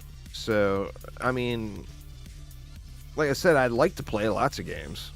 I plan to play lots of different games. Whether or not I actually do is another story altogether.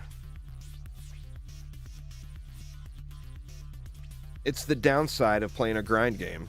You miss out on so much in the gaming world.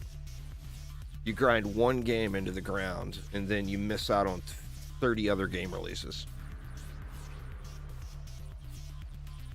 And that's a lesson I've already learned in DD2.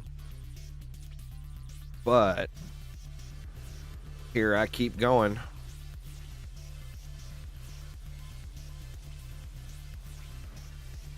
Pepper having a party out in the hallway, it sounds like. She getting rowdy out there.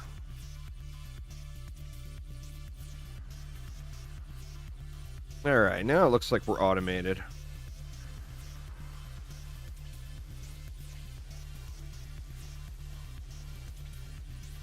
Oh, there's quite a few of them. I mean, you know, I'm not going to not stream DD2 while there's the Twitch drops going on. But I really wanted to play Path of Exile today. I would have rather played Path of Exile. But, you know, you got the Twitch drops going on DD2. I just don't want to... I don't want to not stream DD2 when there's drops. It's kind of... From a business perspective, it's kind of stupid. You know?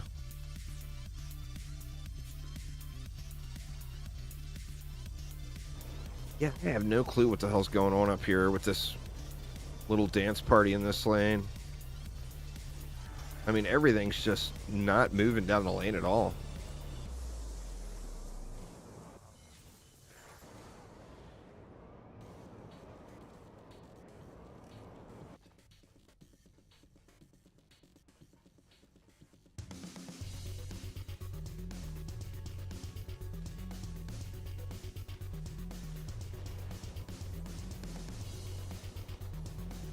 Crazy. I think we dump it all into our knights here to make the rollers die quicker. They were taking damage from something. I don't know what it was, but they were definitely taking damage.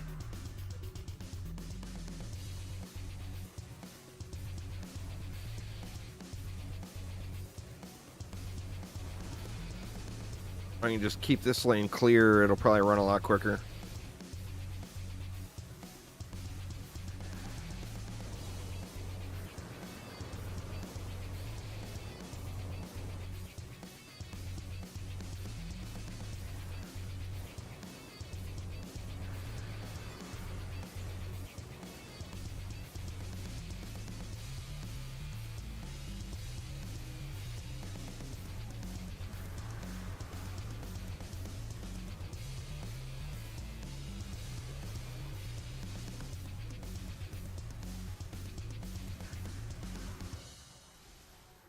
That's right, stack up rollers, get shredded.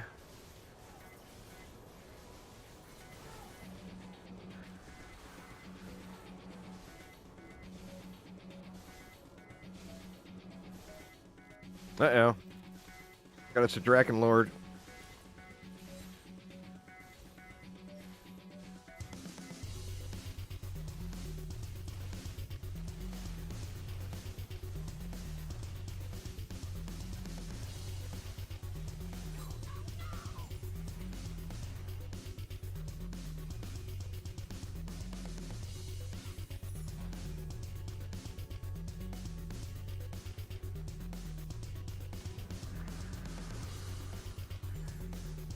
Well, I mean, hopefully there's a newer, better Dungeon Defenders game that comes out.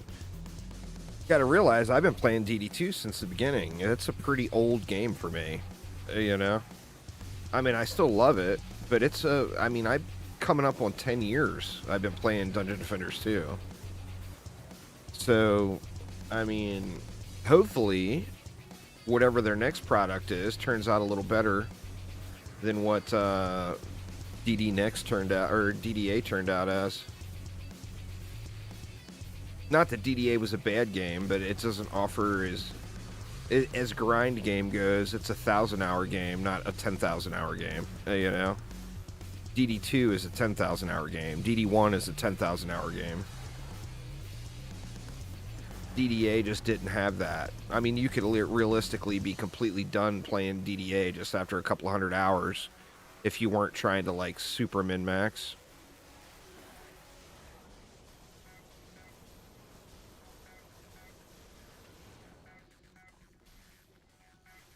Well, nah, there's nothing to min-max in the game. But it's a free-to-play grind game where you have a choice of grind thousands and thousands of crafting materials or pay real money, you know? The gear doesn't matter. Like, whether you've got a 100% max roll or 90% or 80% stat roll, the actual difference in your damage output is just absolutely trivial. It's the only Dungeon Defenders game where the gear doesn't matter at all. I mean, they're trying to add some of that in with, like, the boss weapons and everything. But there's no actual gear farming in DD2. It's farming shards, mods, and crafting materials. The gear is just the purse that holds all your stuff, you know? It's actually what some players of other Dungeon Defenders games don't like about DD2, is it doesn't have that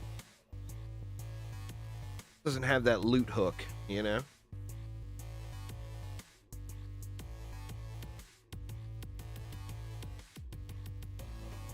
It's not. It's a matter of proper groups and buffing. Killing bosses with the gear is not easy peasy unless you're doing some kind of cheese mechanic, which lots of people do. It's about buffing, you know? Or do you have all your hero buffs in? Well, right now the tree is broken, so the tree does nothing. It still heals you, but it doesn't give you a damage buff. Are you using an obelisk? Are you using an empowering aura? Are you using a sand trap in a situation where you can? If you stack all the damage buffs, you're going to smoke the bosses. Always have a monk friend to give you a boost.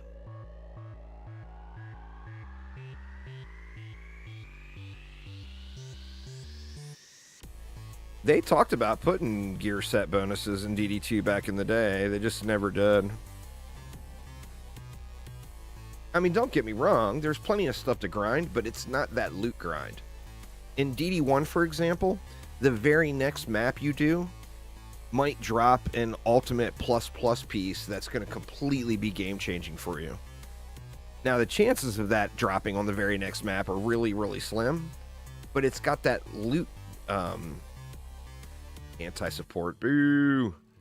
It's got that the hook of the fantasy of finding a max roll piece.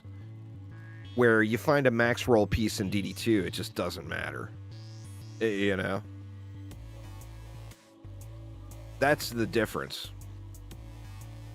Alright, how do we want to do this bad boy? This one we don't have as much DU just to be wasting. But I do think there's some opportunities here for some railguns still. Let me make sure I don't got any stupid lanes again. There's a controlled burn.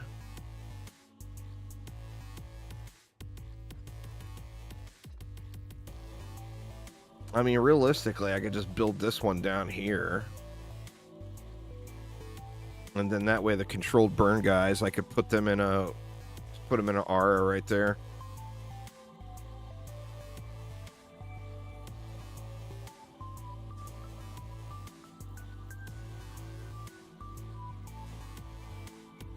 Let's go 4 of them and hope that will be enough.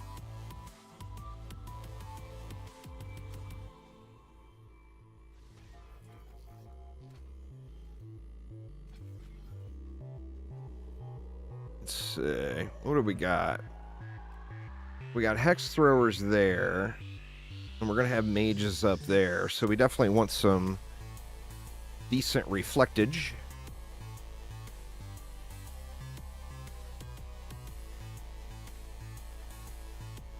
A little sketchy on that one. Let me build it just a little farther over and we'll go this way with it.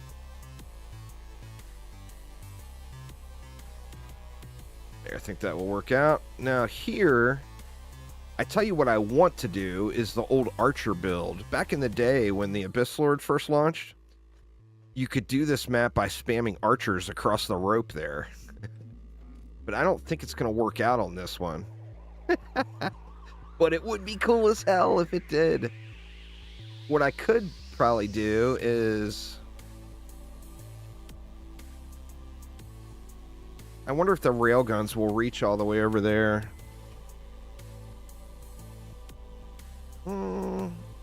They might.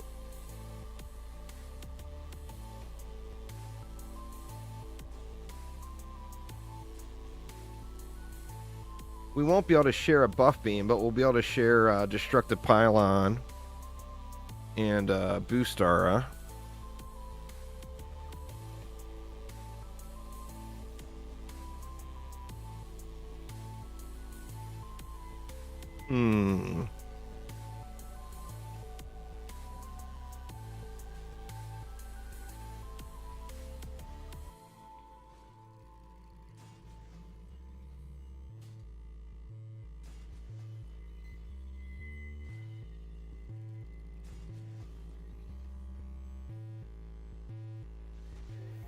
I mean, we got a ton of DU left.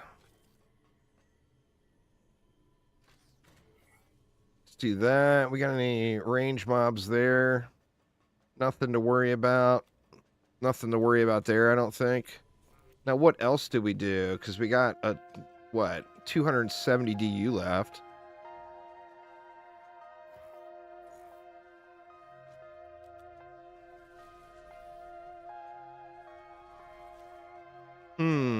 Decisions. Well, we could do a Super Sky Guard.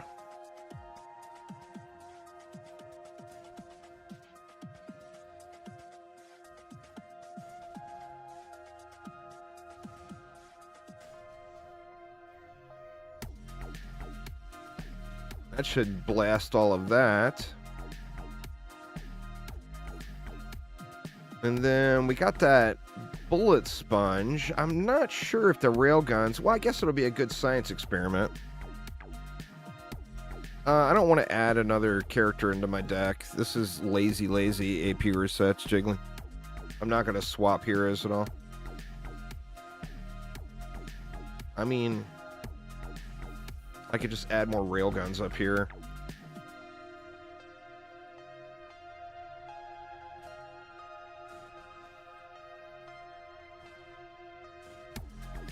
There we go. That'll get it. Alright, let's see what happens. Let's see what happens. The controlled burn mobs, of course, are not gonna take any damage. But the other mobs will. Not hitting down into that lane, which is unfortunate. You know what? I think I turn them so they're not shooting at those mobs over there. Is the way to go.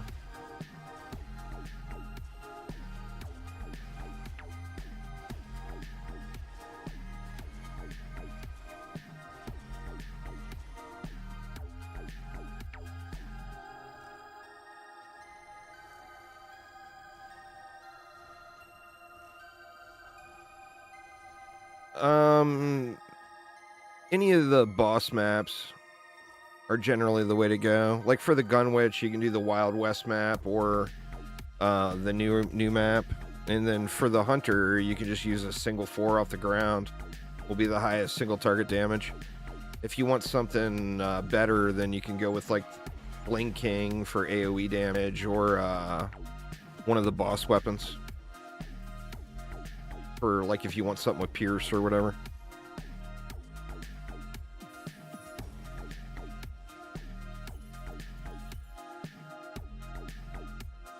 Alright, so what? We want to change the railgun arc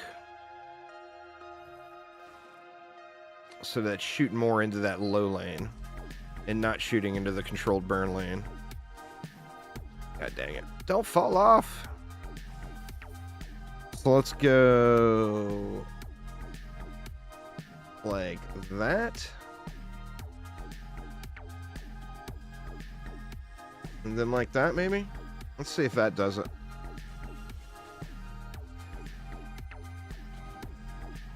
What's going on, Dom? How you doing, man?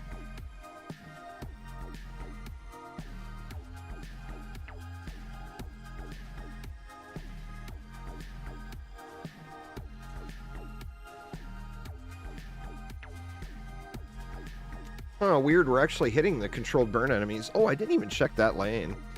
It looks like the railguns are... It's a little sketchy, but they're making it for the most part. They're reaching across. There's one straggler.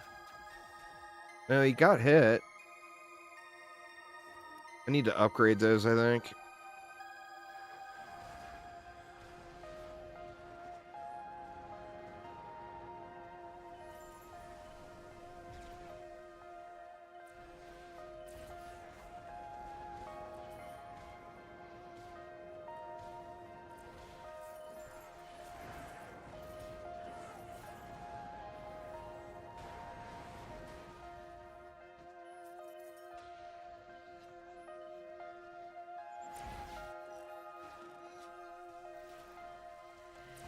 All right, let's dump our upgrades into this. Hopefully that will clear.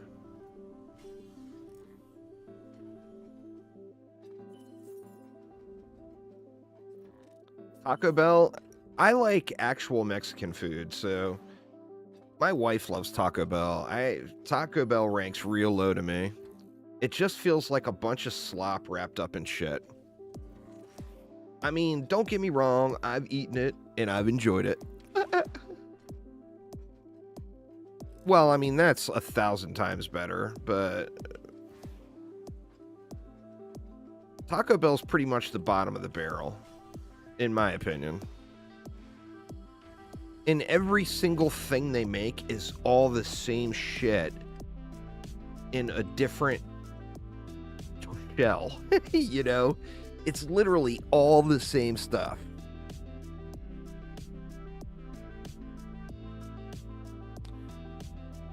I'm a little more forgiving on the Panda Express because I'm not necessarily a big fan of super authentic Chinese food. I mean, I love Chinese food, but I've eaten Americanized Chinese food my entire life.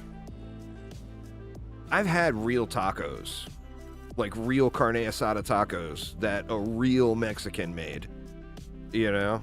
And there's just, it's not even the same food.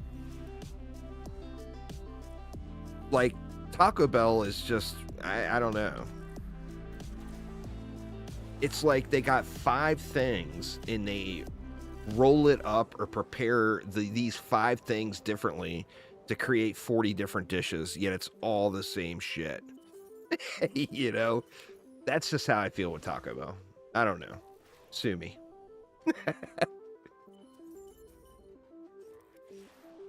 Panda Express, you can get you some teriyaki chicken and fried rice. And is it authentic? No, it's definitely not authentic. Is it edible? Oh yeah, it's still tasty.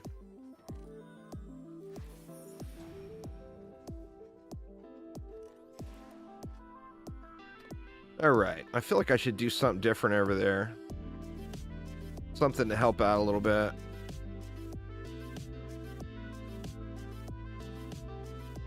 What do I even do? Let's get rid of one of those because that's doing kind of nothing. And we're gonna get, these are gonna get frozen, but give me a little bit of AoE clearing anyway to help out with all the little go-boos.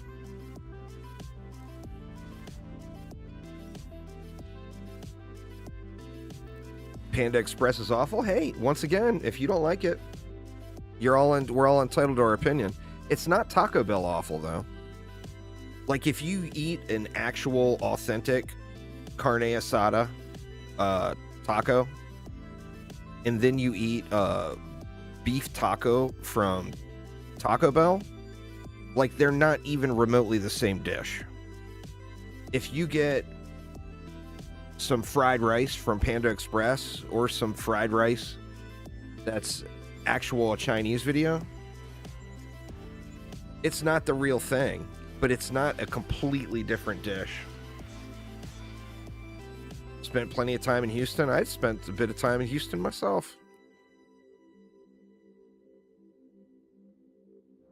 I don't know. Like I said, I've had plenty of Taco Bell and I've eaten it happily, but it's the bottom of the barrel as far as fast food goes, in my opinion.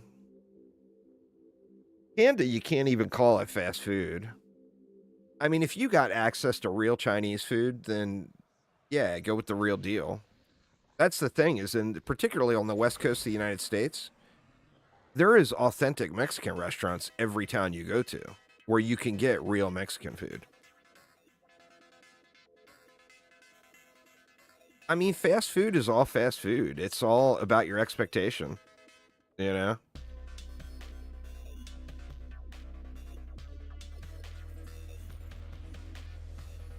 I got food poisoning off of a food truck once, so I'm a little hesitant on food trucks anymore. When I worked for Pennzoil, started a lot of Jiffy Lube franchises where I was on site on opening day, you know, and food trucks are real popular for those types of establishments for the employees. And man, I got sick off of one of them. So sadly, I've got a bad impression of food trucks. Obviously, not all food trucks are created equal. I don't know. Is there an S tier fast food? Is the real question. Popeye's chicken is good. Is it S tier though?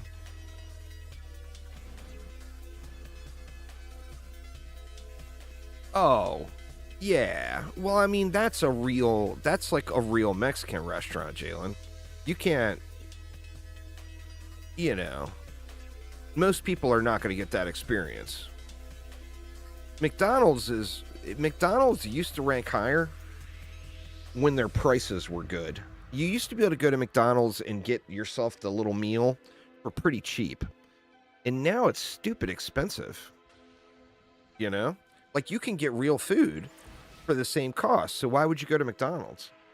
McDonald's is all about the expectation of, you know exactly what you're going to get in this amount of time. This is how long it's going to take to get through the drive-thru, and this is going to be your experience. That's what McDonald's is all about.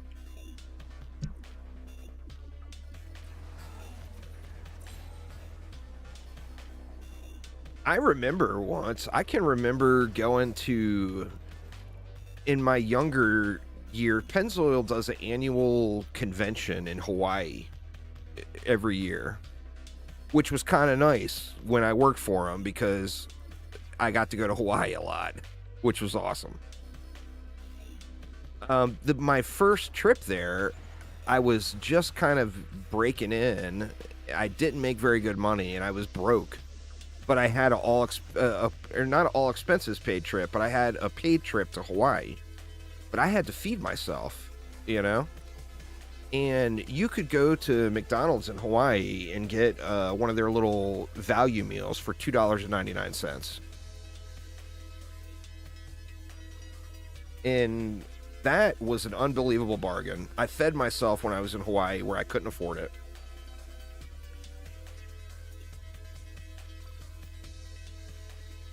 But those days are long gone. I mean, it's going to cost you, you know, $10 to get anything decent. Think KS9 is beatable with proper mods? Yeah. Absolutely. I mean, you're going to want a mod. Having 10 out of 10 mods isn't required to beat Chaos 9 and Chaos 8 gear. But having the correct mods is going to be a pretty darn good idea.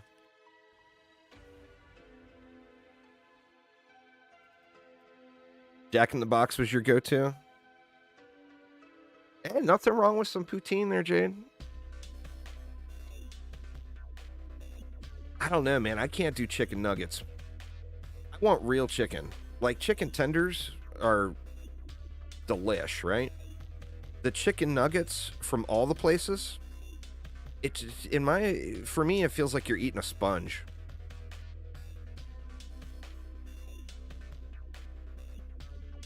Jack in the Box has gone downhill, Jalen. You're not missing out.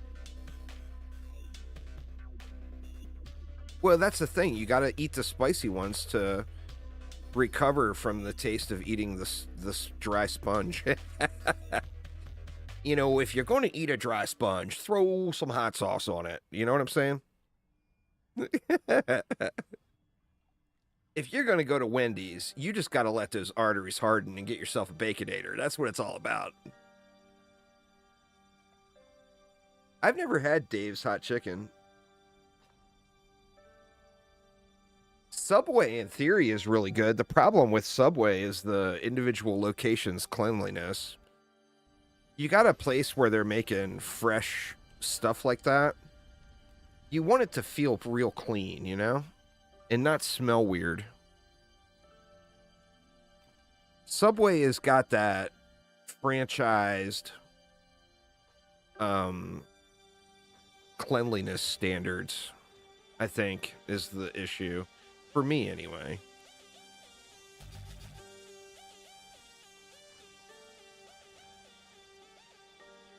What do we got? I think we can blast all that from right here.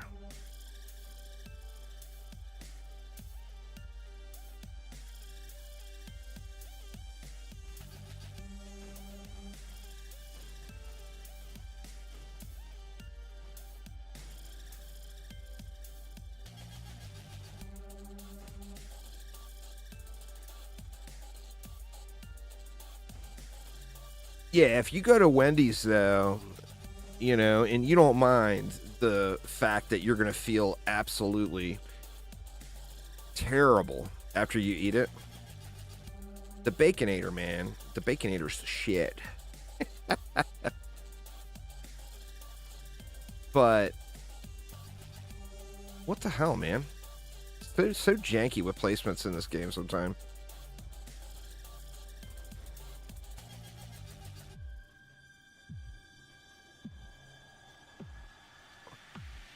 Worried this Orcus Horde is going to get... I mean, it's not very many enemies, but the railguns are all going to be prioritizing the...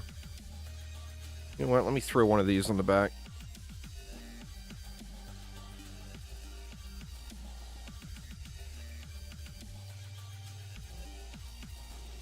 McDonald's makes you feel like shit before you even eat it, Sith Phil.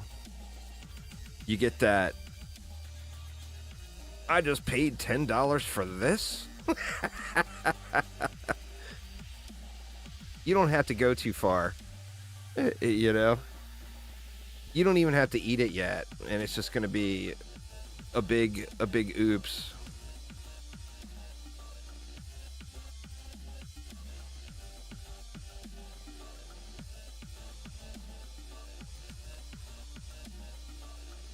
I mean, to be fair, most of the fast food places, their breakfast is usually their best things.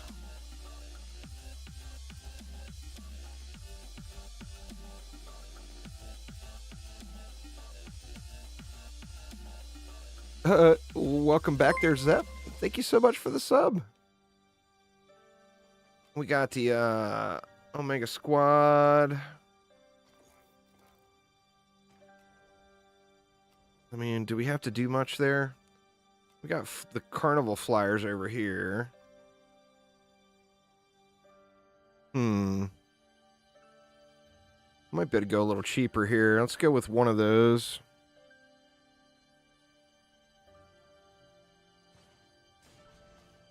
And then we'll go with one of these for the Flyers.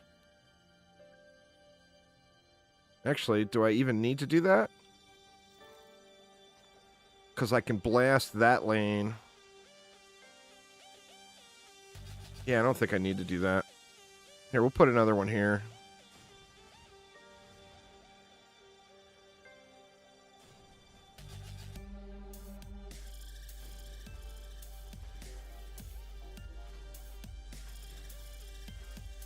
Let's see. We got the Borks. Dem Borks. KFC's problem is their pricing. KFC chicken sandwich is pretty good, but it's too expensive.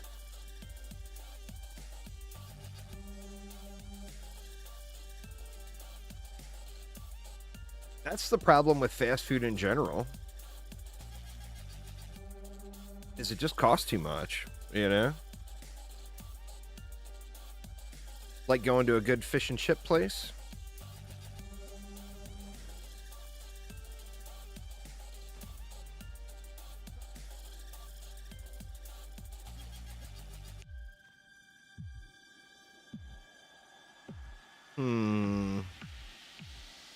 Decisions. I mean, in theory, this is going to be a super easy lane, right?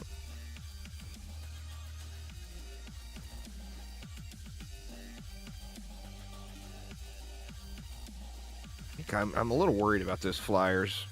Let's just do that. That way I don't have to sweat it.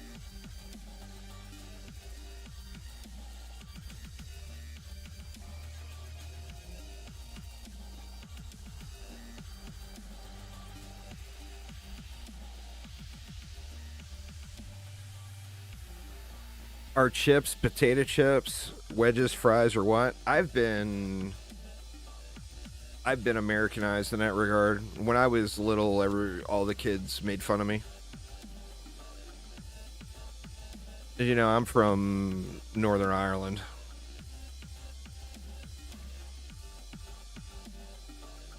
And what do we want to do here? I guess we can just throw a water aura up here to deal with the controlled burn.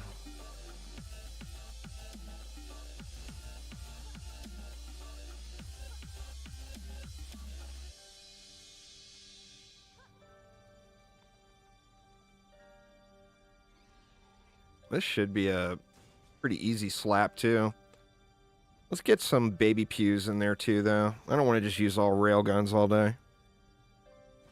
I mean, I do want to use just all railguns all day, but I'm mixing it up to try to get a little diversity in these playthroughs.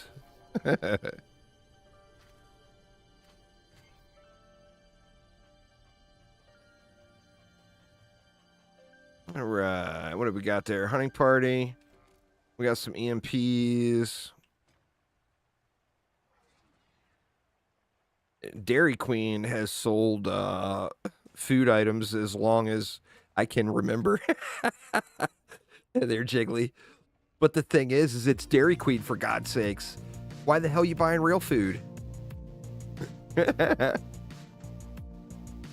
Why are you buying real food at the Dairy Queen? Get you a Blizzard, for God's sakes.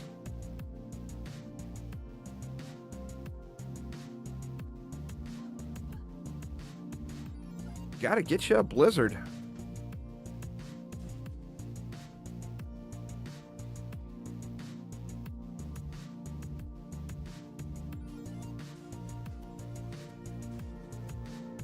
Here's another one that, you know, there can be cleanliness issues, but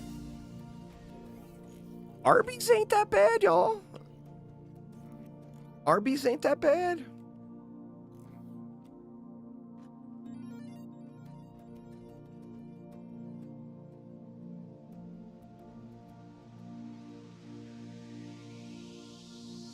Let's see. We're gonna have some throwers on this lane.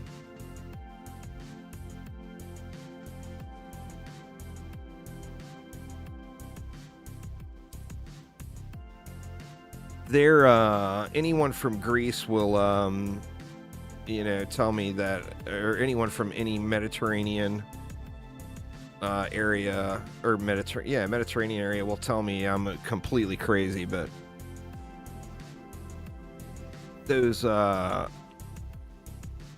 Euros are not that bad. They're just, once again, it comes down to price. If you've got a Mediterranean restaurant near you, you can get a real one. For the same price as one from Arby's, you know? Alright, what did I miss? Did I miss anything? I'm sure I missed something. Let's see. Man, I am ready to eat now after this stream. Good lord. I'm so glad we're having Thanksgiving dinner today. I am ready for the food. Arby's has got all kinds of weird stuff. I forgot a water. Well, I got it on the controlled burn lanes. The water aura is just to hold the destructive pylon. I got a destructive pylon on water aura and frost strikes right now, so I can use either or.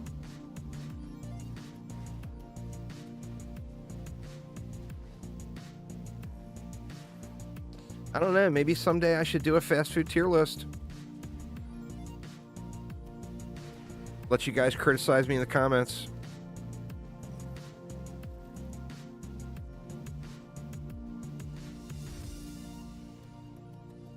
I can tell the wife that's my excuse to go eat a bunch of fast food. Well, the best pizza is always going to be at local places. The chain places pizzas are all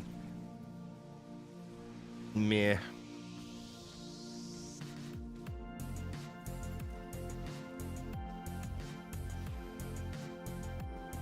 There's exceptions to that rule too. We've got a local pizza place here where I live that just sucks. Always exceptions to the rule, you know?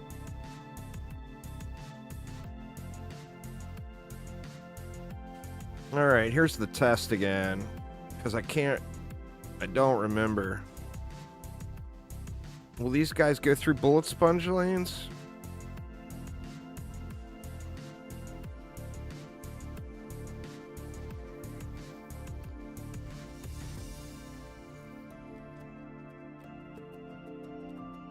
The mages.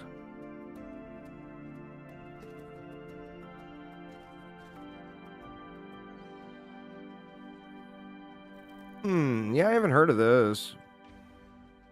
Out here where I live, the pizza situation is a little bleak. Now, I can drive into Spokane and get a good pizza.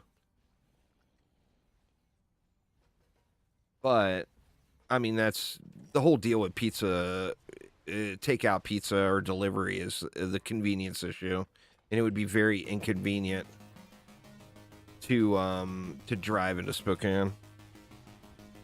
But right here, immediately where I live, we got 2 local places. That one of them, the pizza just straight sucks, and the other one, the pizza's good, but it's crazy expensive. And then we got a Domino's and a Pizza Hut.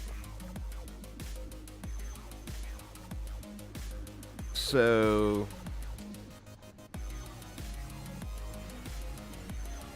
rough choices for me in the pizza department here. Uh-oh. Where was that? I wasn't looking.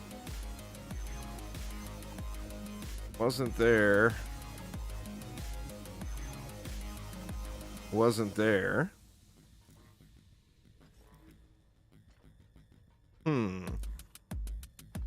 Had to have been over here. What the hell?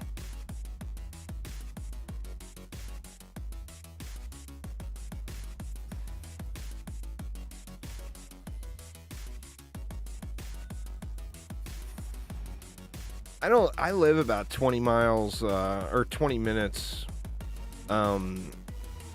west of Spokane. If you do it and you don't tool around and sit here talking about fast food all day, it's between 4 to 5 hours there, Phil. Of course, my problem is actually doing it. And I'm not doing resets off stream, so that would be the fastest.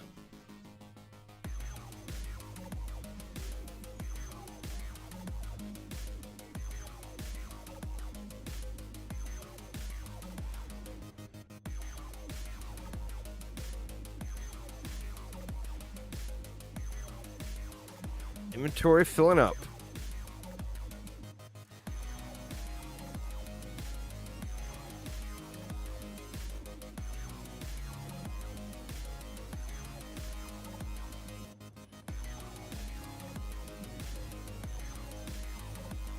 But I mean, the real problem with all the fast food in 2023 is if you have time, you're just going to get such higher quality stuff if you just go to the grocery store and make it yourself. It's going to be so much better for the same price, in some cases cheaper. Fast food is not the value it used to be. They focused more on the convenience than they ever have on the quality of the food or the price of the food, the value, you know. And people pay for the convenience, and I'm no different.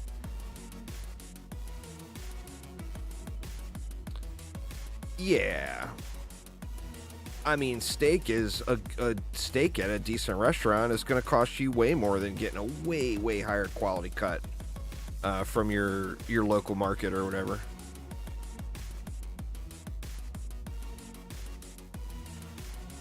Nah, the drop chance doesn't change. The shards are guaranteed drops. It's in the chest or in the bags. And then you can buy them with godlies. You'll end up getting so many godly orbs that I don't think we need to do anything. You'll end up getting so many godly orbs that you don't have to farm them. You can just use the godly orbs.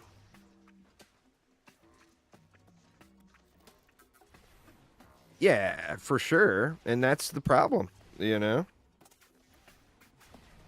The quality of the food is just... Convenience is only worth so much money, you know?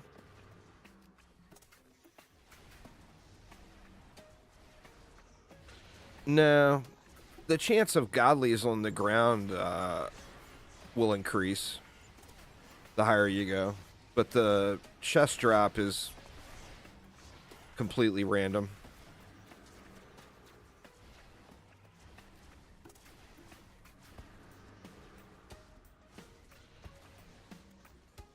Shit, stupid assassin. Go on the other guy. Oh, it looks like I got it off. Or did I? Is that built? It looks like a ghost. It's not built.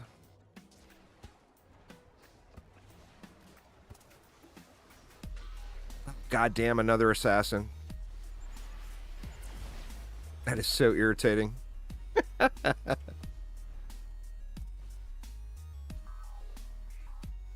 Canada also has Tim's. I've never been to a Tim's. I actually haven't been to Canada in a long time, as close as I live. Do you live in the east or the west, Miss Jade?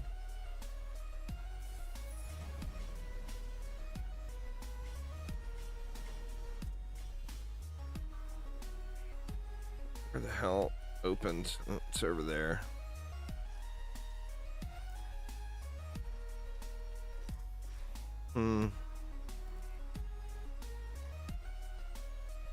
More west. You're in Alberta now.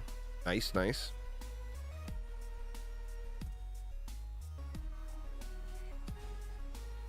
Yeah, I haven't been in a long time. I've got a bunch of friends that live in Vancouver. I should really go visit at some point.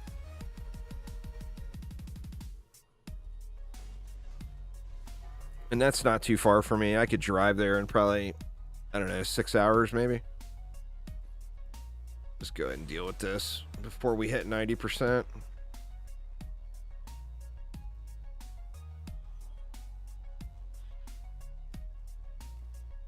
Flying everywhere. Ooh, there's another 10. What do you think, y'all? Skelly boom? Or is it a Warboar boom or an anti-Skelly? What do you think? What do you think? Unique crit chance? Yeah, it could be a unique crit chance, huh? Oh! Jackpot! That shit doesn't happen ever. Let me put it here with my other 17 million defense rates that I'm not using. Soft flex.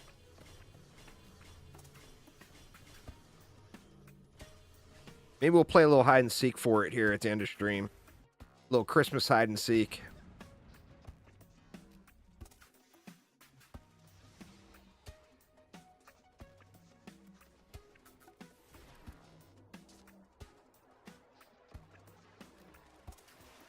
I had, I had a 10 out of 10 anti-heal drop on the day that update hit, where it came. Which was... caught me off guard a little bit. Was not expecting that. So yeah, I never had to roll it.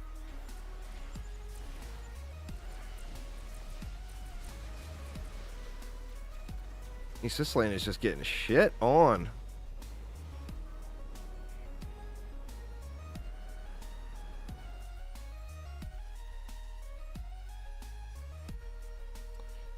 Yeah, 38 would be incredible luck. You don't want to know the actual probability math there, Kaiser. It's way, way more than 38 to get a 90% probability of getting one to drop.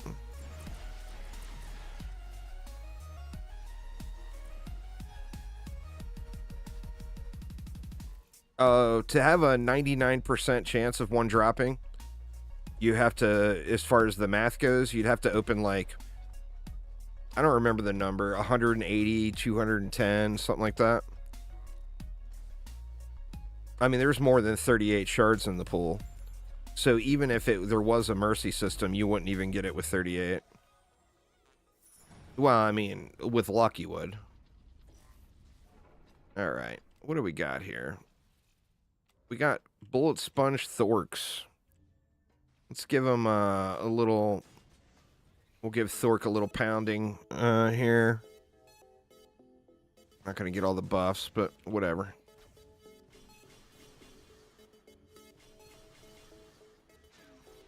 All right. Will it hold the boss wave? Let's find out. Well, we got rollers. We know that is going to have to be dealt with.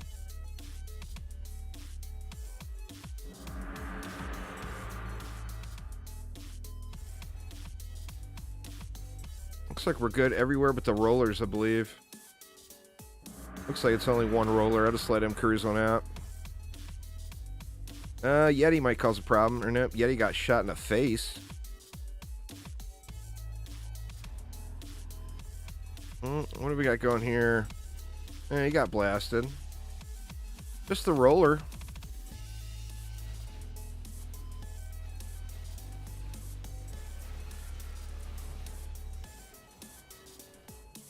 Nice.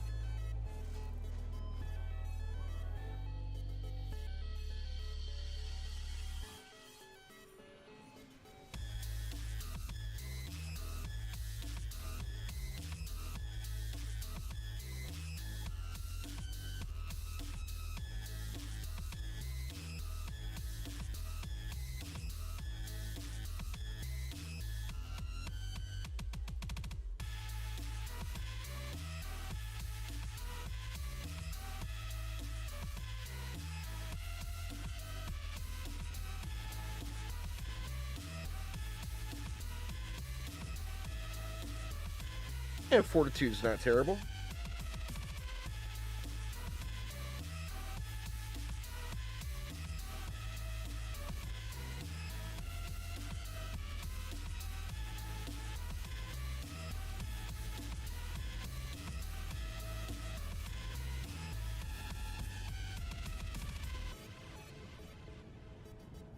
Definitely not a super hot go-to mod, but also not terrible.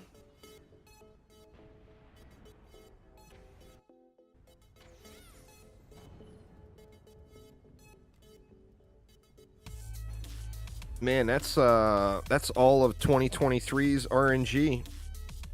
All right, right at the end.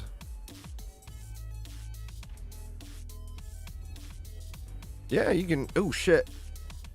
God dang it. I done screwed up here. You can join me, Aramir. Assuming you're doing some AP resets, too. I'm just going to spam here to get through this.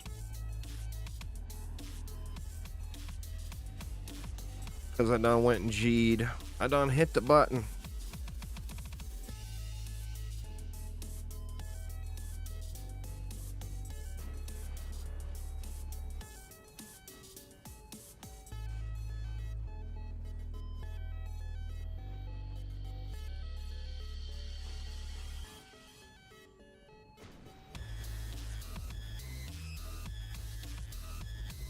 All right. See if that'll do it.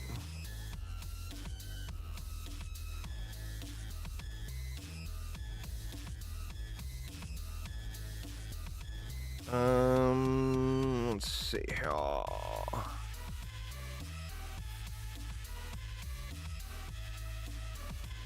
Here you go. Just sent it to you. Oh, I wasn't even watching. I don't know what happened. Well, what happened is my inability to build without hitting G.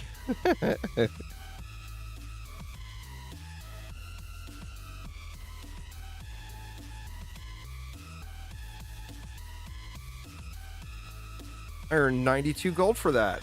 I feel like I just ripped them off. Did I not hit? I thought I hit yes.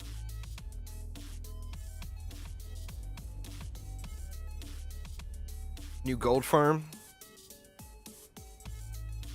Huh. We're janked out here or something. Oh, you're on the loading screen. That's why. I failed too quickly before Aramir could get loaded in.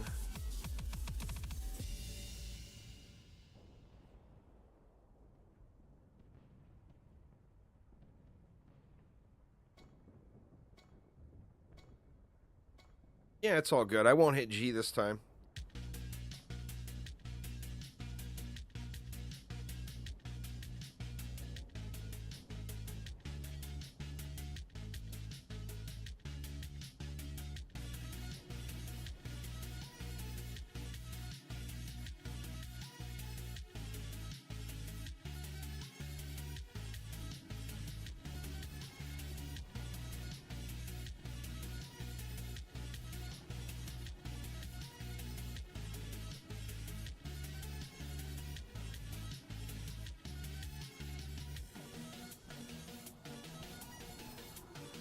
Load, game, load. You can do it.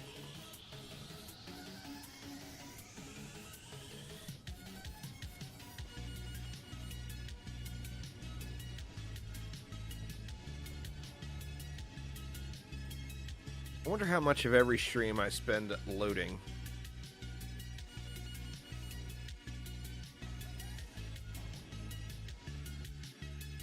Right. Let's see.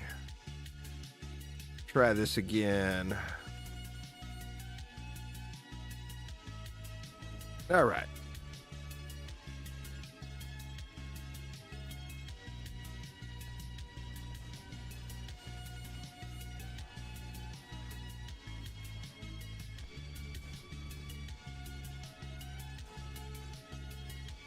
We got throwers.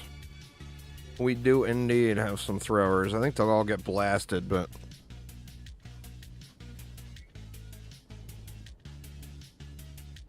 What do we got here? Orcish Horde.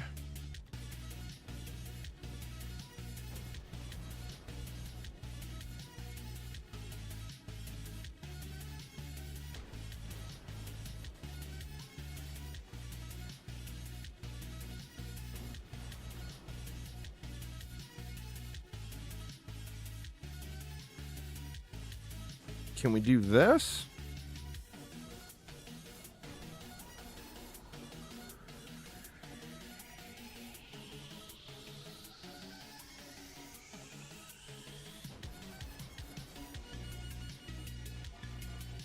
That's too much, huh? Bifrost Wompty Womps.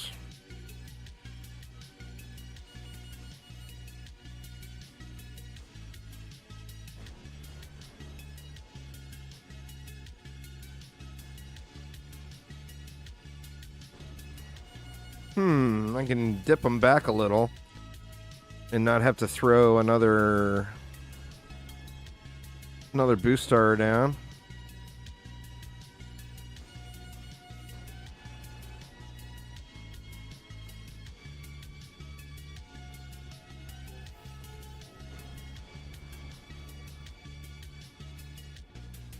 And then that leaves me a shitload for the mid.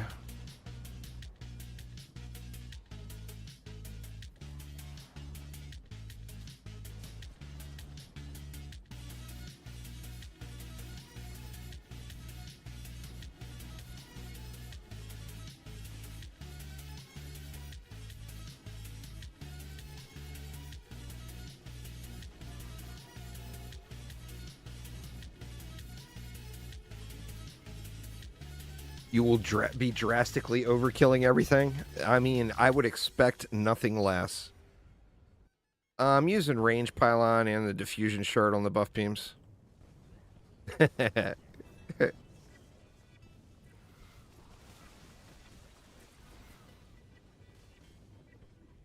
Aramir got his spinning and winning going on here.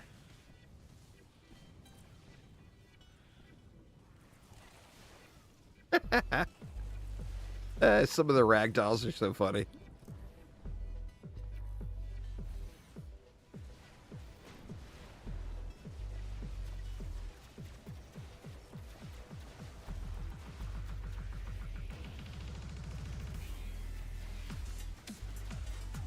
I'm gonna have to do something here to help out the flyers, I think.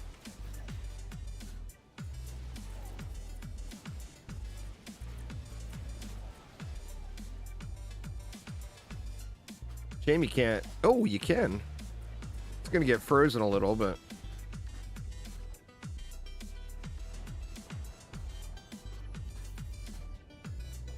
I'm gonna be all right. What's going on, Jordan? How you doing?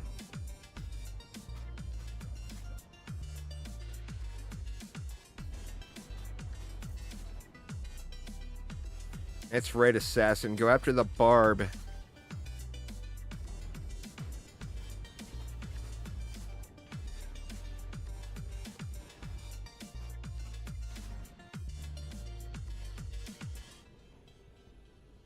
Poor little railgun. 7 million damage done.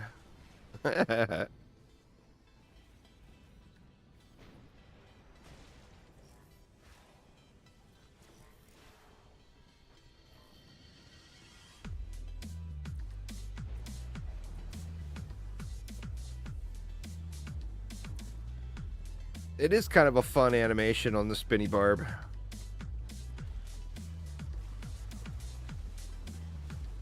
Got that little Tasmanian devil bit going on.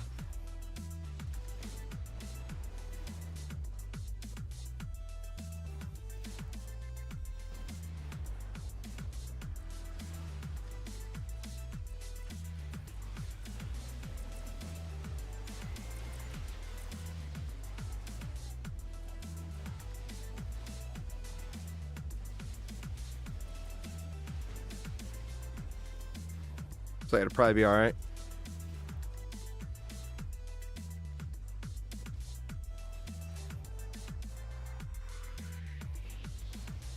Poor Juice.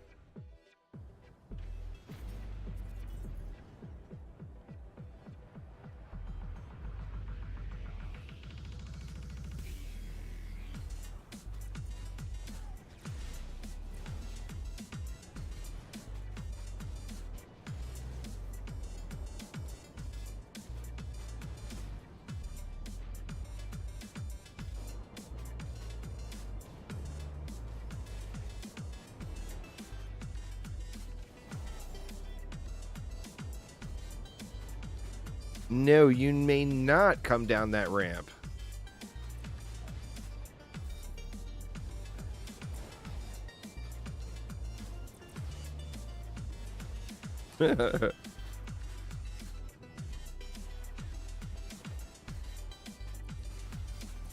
Whoops, what's up, man? How you doing?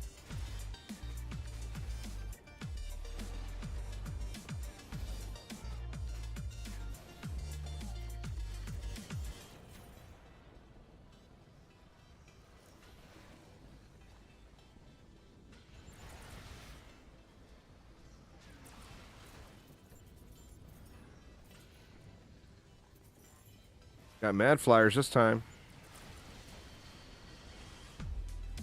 They all got pewed.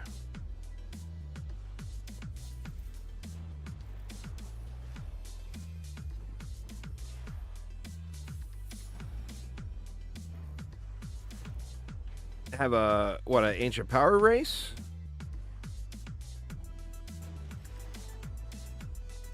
Well, you gotta find some way to make it entertaining, right?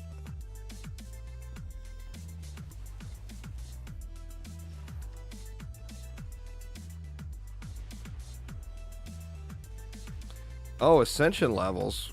What are you trying to race to?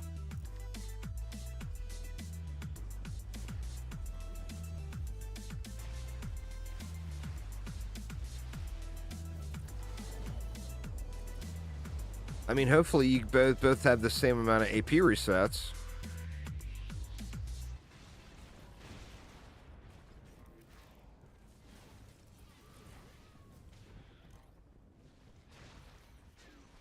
Or it just wouldn't be fair.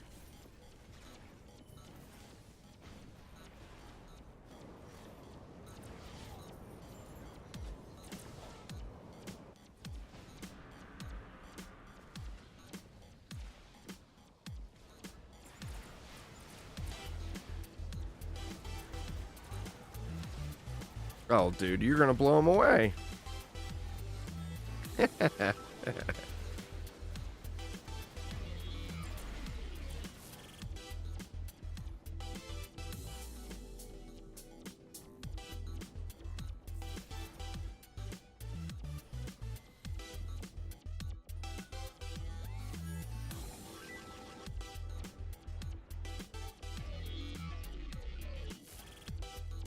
Do this. So, don't forget. One tapped Malthius. Yeah, I'm using I got all the bells and whistles on it. They're basically just there to provide a little crowd control and to hold my destructive pylon. So there's some biggins. What is the range on them? Let's say. It's only 3,700 range. I could go bigger. Could go way bigger.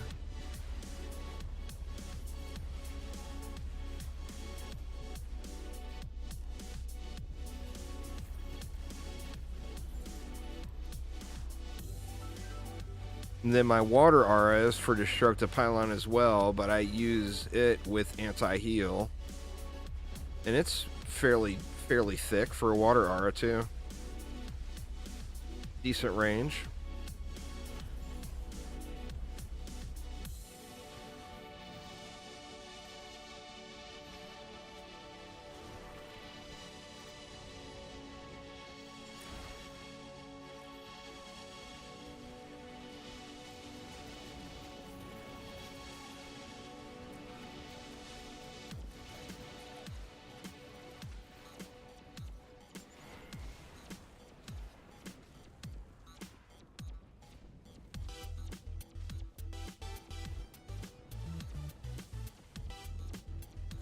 Damn assassins, just cruising around, chasing around the barb that they have zero chance of killing.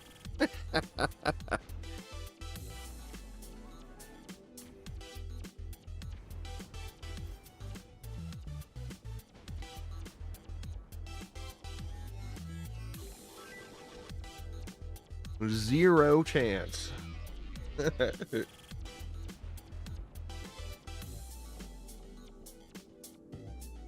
Time are we up to today? Oh, we still got plenty of time. Got another hour plus here. What's going on, Lakudos? How you doing?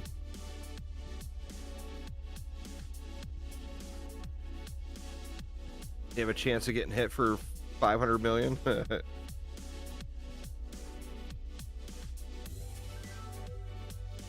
Oh, you can burn up some materials quick.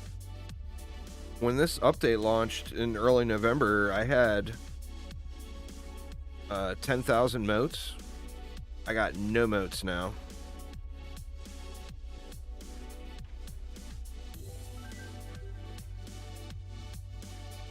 I am moteless.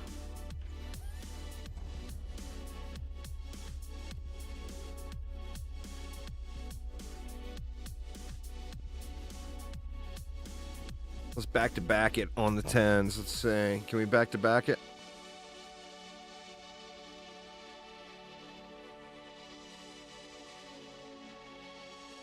Yeah, it's always pretty chill doing resets. So just collecting the... That's one of the reasons doing the reset grind with the alt is it's pretty good crafting materials. You know, that's just from today.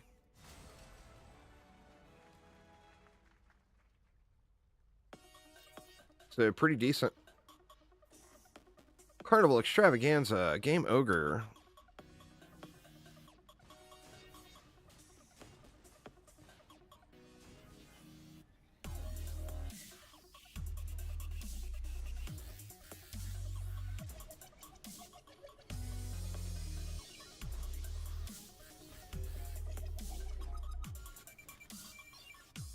That will get it probably, right?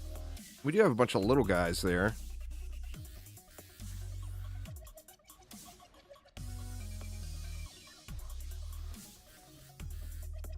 Add that in to help out with the little babies. What else we got? That side is all covered.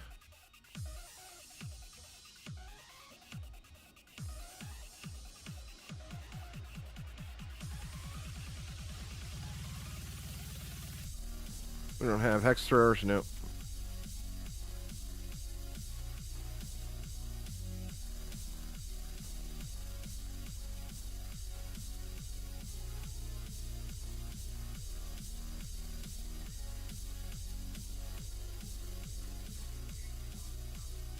Alright, I think we good. God dang it, I derped my windows yet again. 1,647 window derps today. Just keep an eye on this side. You got flamethrowers, right? Or are those flame bursts? Oh yeah, they the flamethrowers.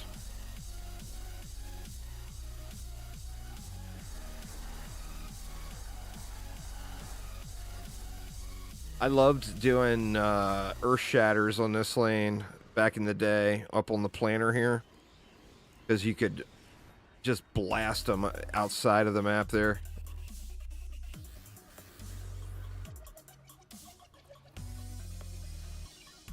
Oh shit, did I really put a lightning strikes there? Wrong defense. Oops.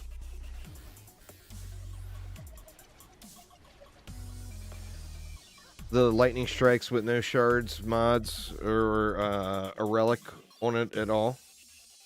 Probably not going to be super effective.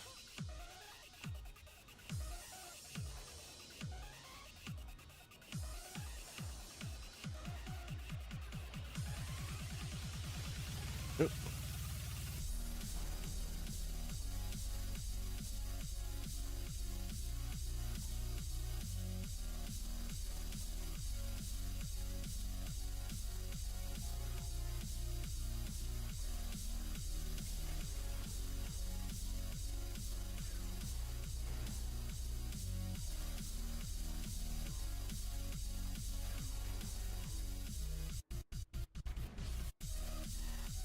I haven't used any flamethrowers in a while. You guys remember the Chaos 5 Frosty Power flamethrower meta? It was so crazy.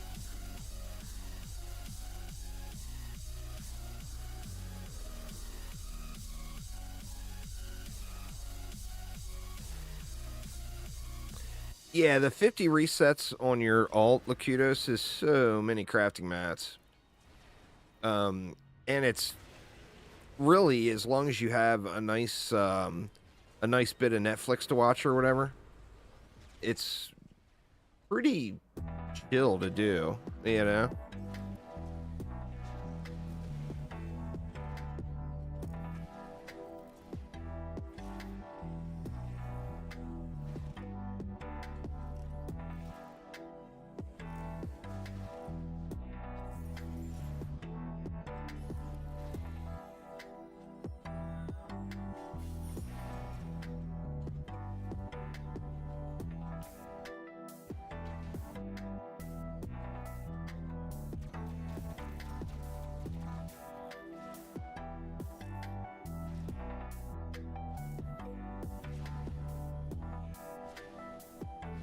Farming a Phoenix bow, you got about 4 stacks of clusters, and I've only seen 3. Dude, I hear you. The boss weapon grind in DD2 is the worst. And the shitty part is, when you finally find one, it's going to have a crappy shot type on it. And if you're looking for hero health, it's going to have ability power. If you're looking for ability power, it's going to have hero health. That's DD2 weapon grind in a nutshell for boss weapons. The Phoenix seems particularly rough.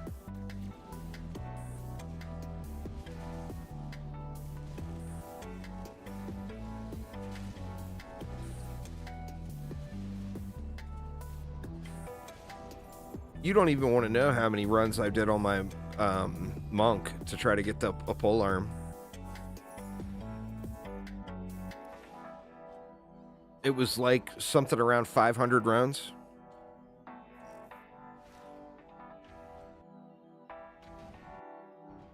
And I never even saw a pole arm. I ended up buying one. I found one for sale before I found one legit.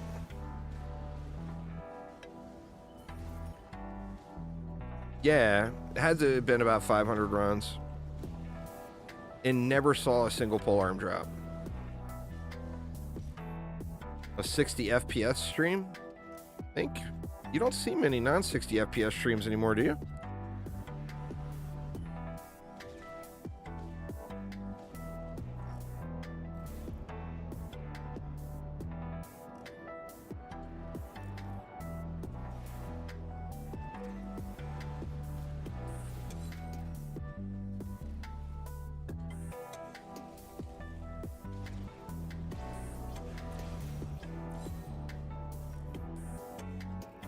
Window control got slapped by something. I don't know what happened.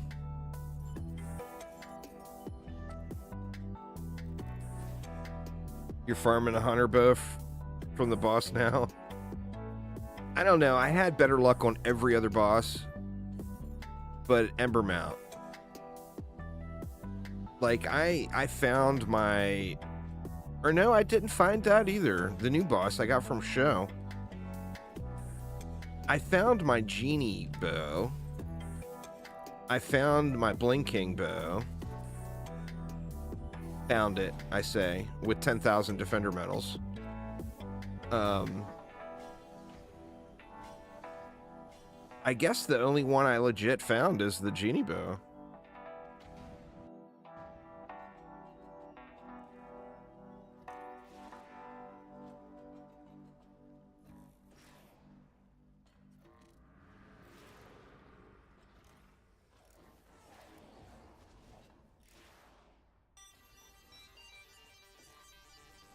Well, I mean, mods are all about farming reroll tokens and rerolling them yourself.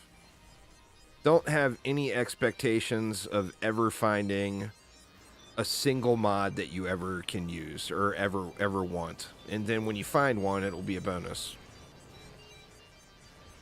But reality says the majority of your mods, if you do full sets of gear, you're going to have to roll all those mods yourself. So every 286 rerolls is a free 10 out of 10 mod.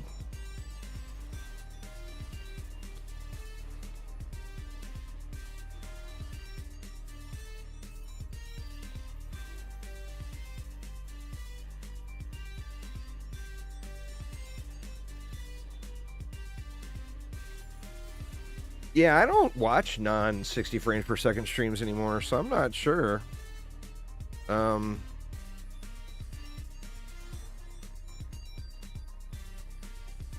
I mean, I haven't done a non-60 frame per second stream personally in years.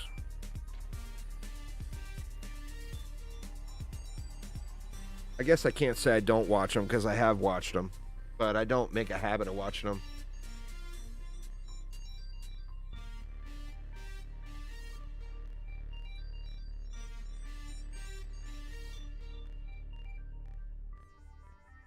7 million gold's pretty cheap for a boss bow if it's got the right rolls on it you want. If you find one for 7 mil, I'd yoink that instantly. I mean, normally you don't see them under 20.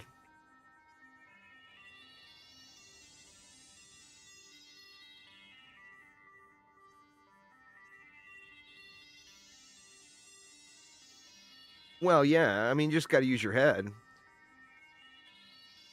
If you farm 286 reroll tokens and you roll a defense rate 286 times and you spend your gold on it, that's way, way cheaper than it's going to cost buying it from somebody else. You know? It's more than that. I thought it was like 8 mil and change. Well, it's 8 mil and change at Chaos 10. I guess it depends on where you roll them. What, you know, what difficulty you're rolling them on. Wow, man, still not a single 10 on the alt today. Let's see if we got another 10 here on the main.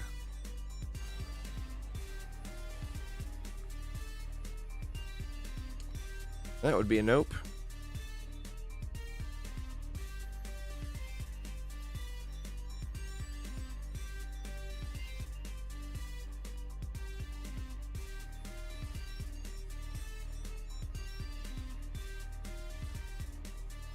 Oops.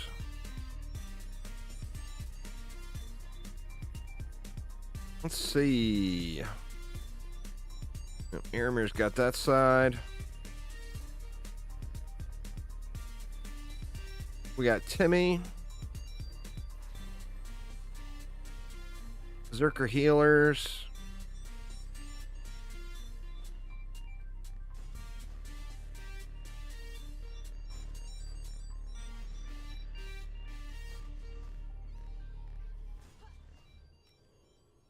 We do have some mages in there.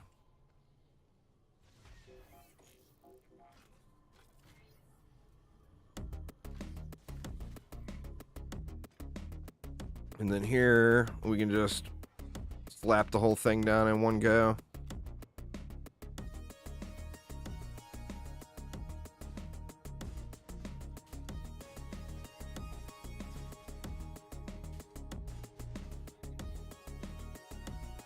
God dang it, man. I just screwed up my windows again. I will never get used to this alt streaming business.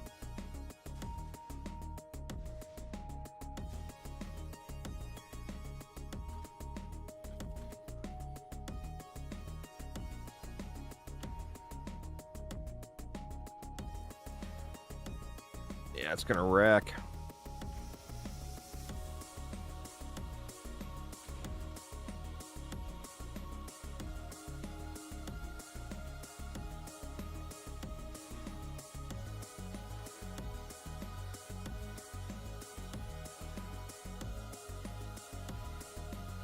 You use your F keys. So, say I wanted to switch to the Adept, that's F2. Say I wanted to switch to the EV, that's F3. Go to the Monk, F4. Back to the NG, F1.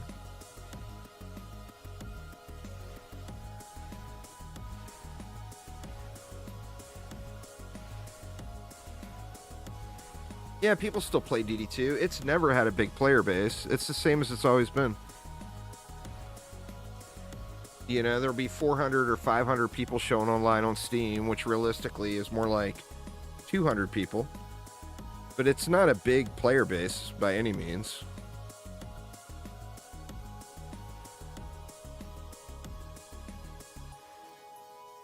Trade is bad. It's not, you know, don't think for a second that, like, you're going to be able to go out and find all the items you need without putting massive legwork in.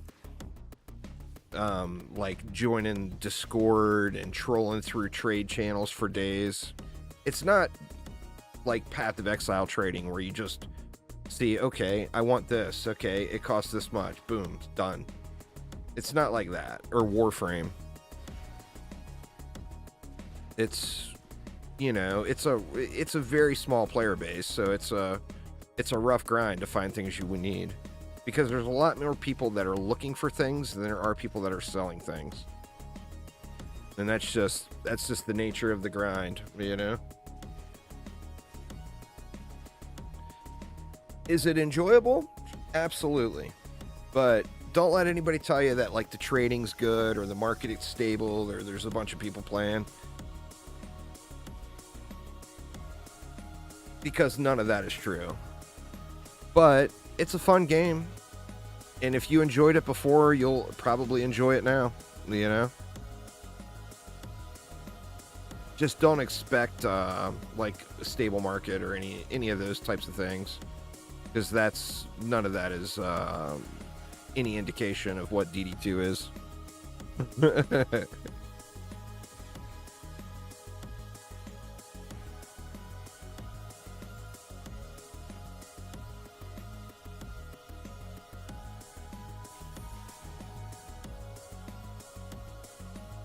Now, I refuse to sit in town for hours and hours and hours. And I refuse to sit there and go through the trade channel and Discord for hours and hours and hours. So I personally never find anything to buy. You know? Every now and then I'll see something that I want or need for sale and I'll just yoink it. But like when I'm actually actively looking for something, I never find anything. But like I said, I'm just not going to play that game where I have to look outside of actual gameplay for many, many hours on end.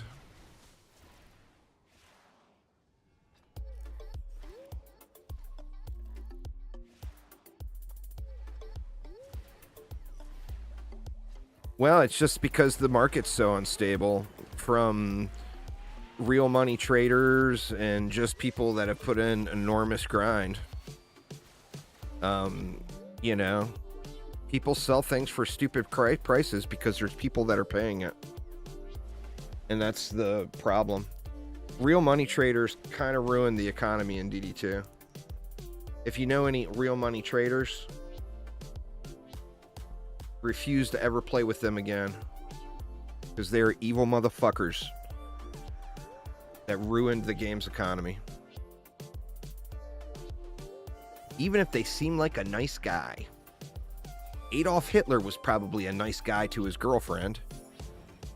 But look at how evil that mofo was. Now, obviously, not on the same, quite as the same tier as Adolf, but you know what I'm saying.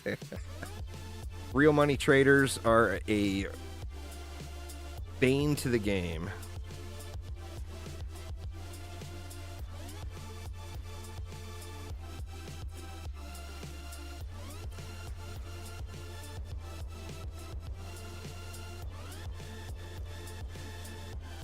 Same in PoE.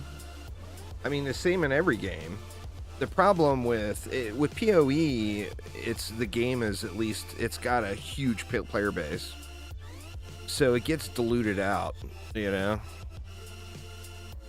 In DD2, one person selling gold can completely fuck the economy.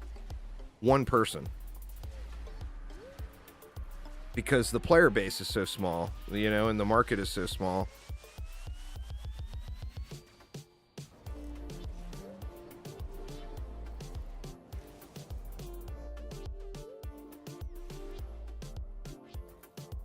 So never, ever, ever for any reason support real money traders, and especially in free-to-play games. Now, I ain't gonna lie, I sold me some World of Warcraft accounts back in the day. But that didn't affect anyone else. You know? It didn't affect anyone else's experience.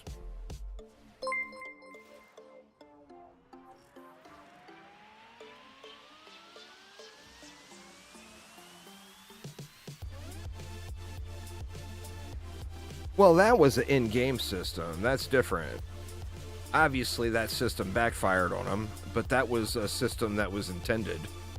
That was not going outside the parameters of the game, you know?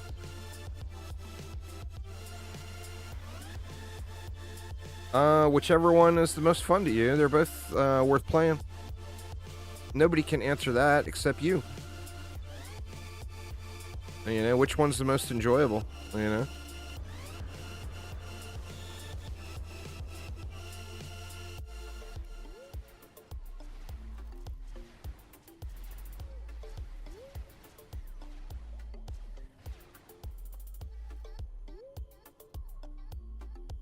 Gots to have a good time.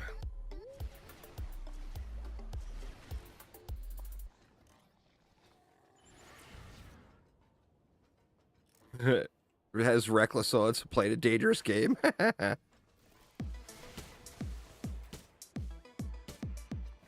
Gotta do it. Gotta do it.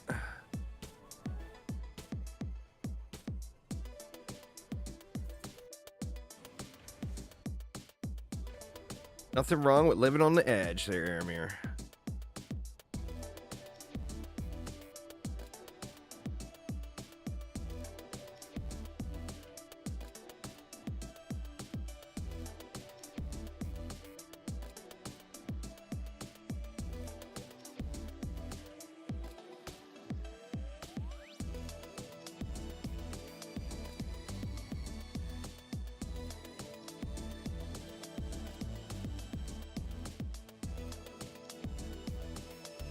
Someone said that, what game? There's a game that I did not expect to get multiplayer, getting multiplayer soon. I can't remember what game it was.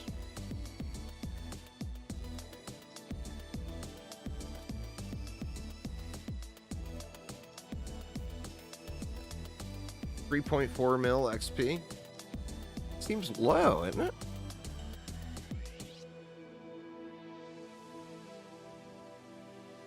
What's the deal with that? Oh man, this will be a shitty one. Yeah. Way low. This will be a shitty one to do with the NG.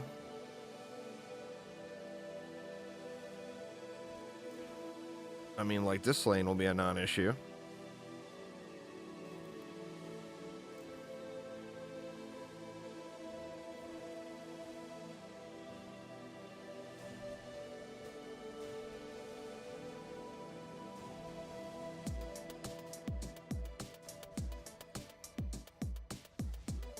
Yeah, I haven't even been looking at the XP.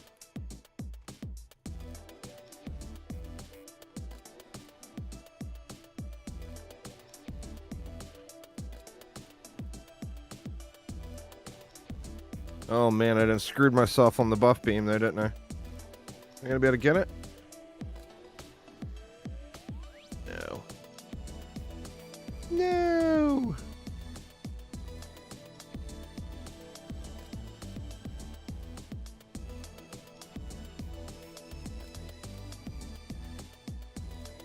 Oh, man. Ah, screw it. No buff beam. We don't need no stinking buff beam. We got some Borks. Ooh. Is that the answer? Ooh, that sounds fun.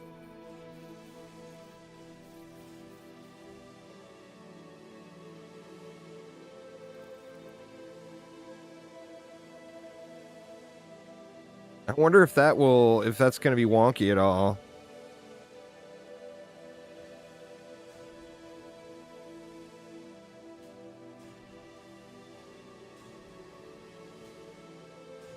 Grandmaster Vern, what's up, man? How you doing? I think you won that update, didn't you?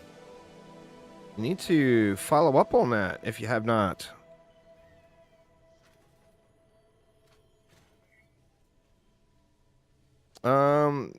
It's AP reset, so it's super low. I don't even know. 308. Let's see.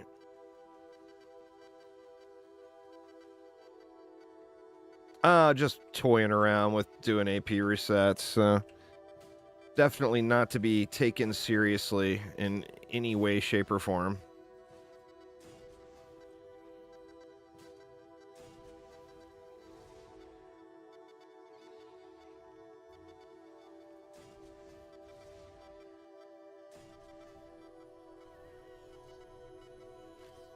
You can pretty much do whatever you want with AP resets.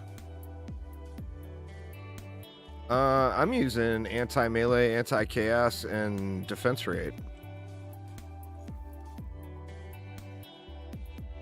Alright, you think that's gonna get it?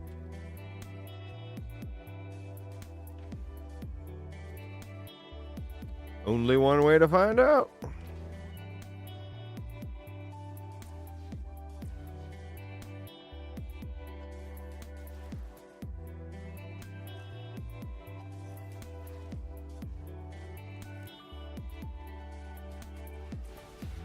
Well, it's mainly there for diffusion.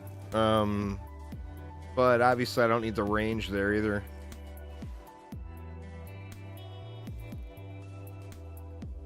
Oh. Homie, don't want to come out.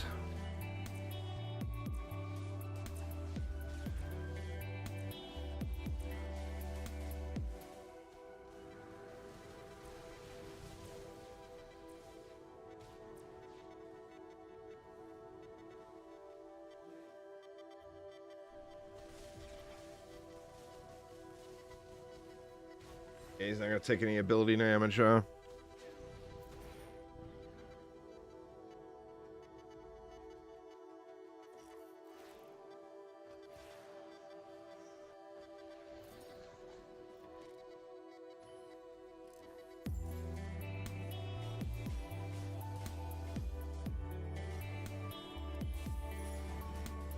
Nothing like some LTs. Or Tesla Towers, pardon me, wrong game.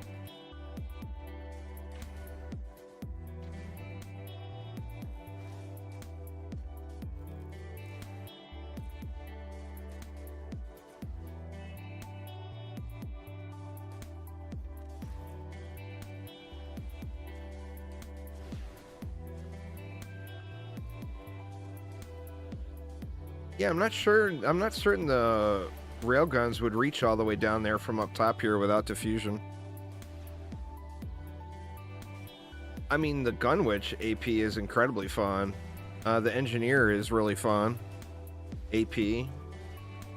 A lot of people were enjoying the boss one-taps or the roller one-taps with the AP Countess. But I'm not sure how viable that is anymore after the stat squish. I would think it would be the same, but I guess it depends on what content you're doing.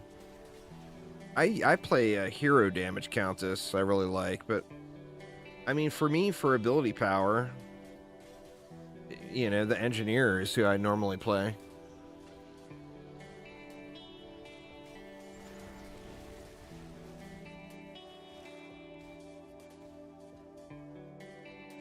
Come on, dude.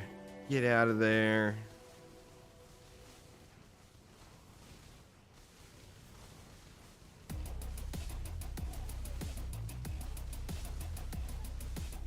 I'll boost the Mystic. There we go. Always boost the Mystic.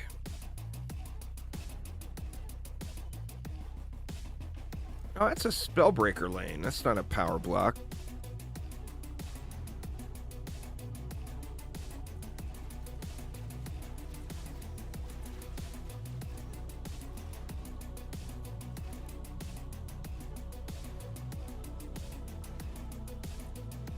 Yeah, that's one of the downsides of DD2.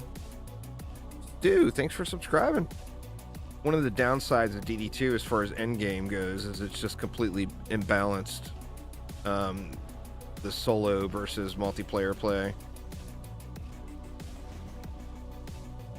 It's just not even the same game, you know?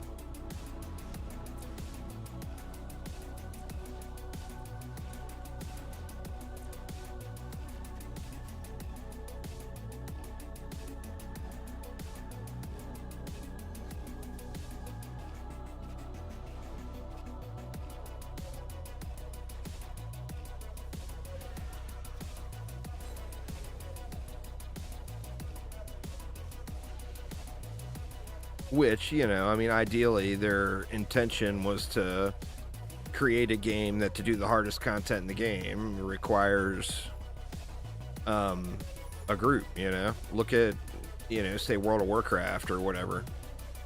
You ain't running around doing Nax solo unless, you know, your many levels and expansions past that or whatever. But that's just not the game DD2 became. It's not a big multiplayer co-op game. So most players don't pursue that content at all.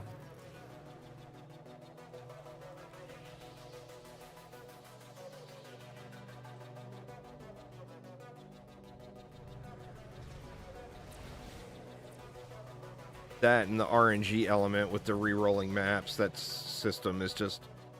I know it's inspired from Diablo 3, and you know, I can't hate it. I can't stand it in Diablo 3 either. There is nothing worse than having to go fishing for a map to run. That's just the worst thing ever. And that's the meta. I mean, you know, the benefit we get now is you don't have to do that content because there's harder content in the game. The hardest content in the game is survival. So if you want a real challenge, you do survival, not that. But then it comes around to, again, it's all about the experience you get, because playing multiplayer and survival with multiple boosters is just way more powerful than trying to do it by yourself. So it becomes a different game altogether.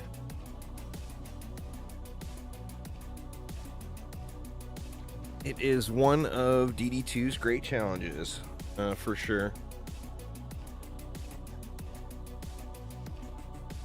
Crap, man. I'm on the wrong account and start switching heroes and whatnot.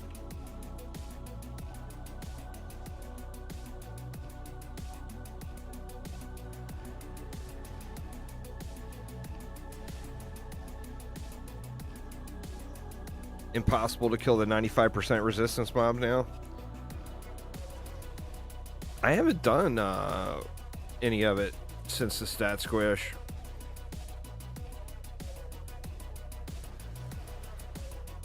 That's why so many people focus on 999.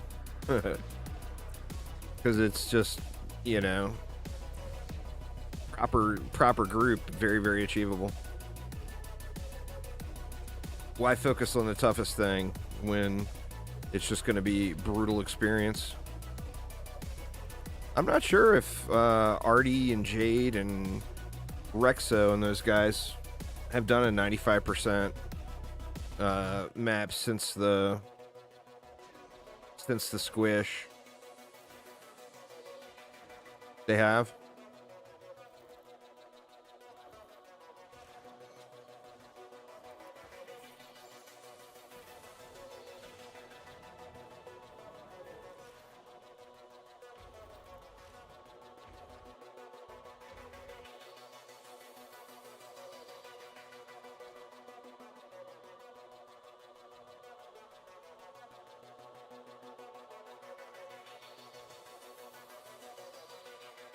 Definitely a not overly fun experience.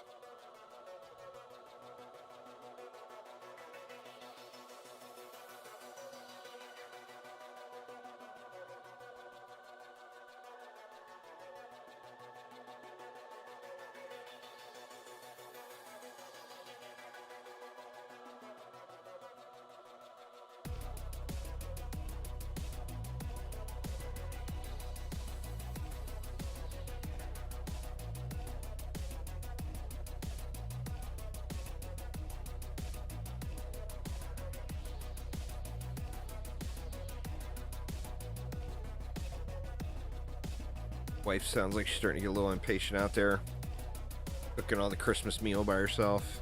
Might have to make this one the last one for today.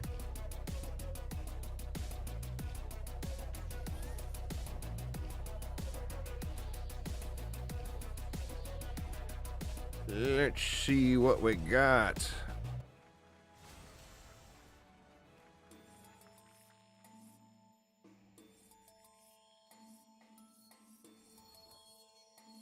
Doesn't look like much. Tens, tens, tens, tens, tens. Nope. Can't complain after getting our defense rate, though. I haven't seen a 10 out of 10 defense rate in a long, long time.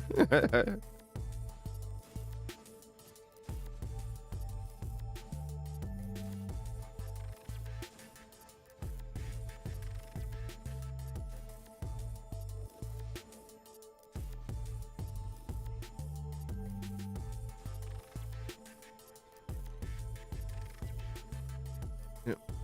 Aramir's got that one already.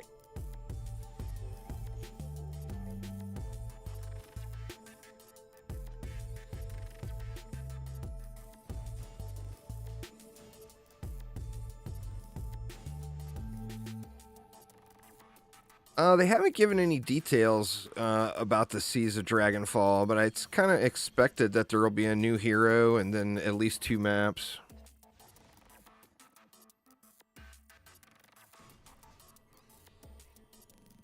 Oh, I completely expected it to be on sale. Any game dev that doesn't take part or misses out in the Steam holiday sale is just dumb. You know? You gotta get on that. It's one of the biggest sale opportunities of the year for sure.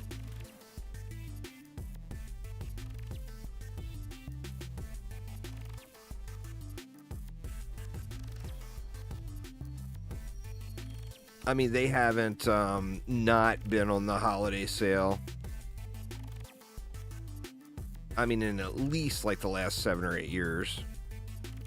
I wonder if that hex thrower is going to be any problems. Guess we'll find out.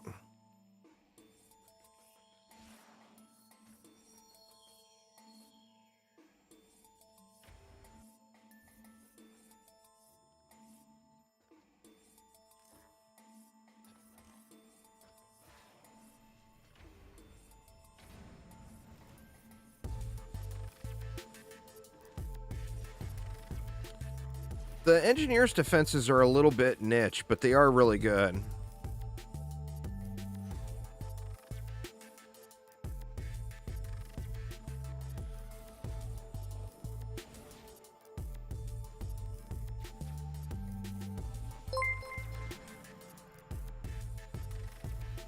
Thanks for following there, V-Nice.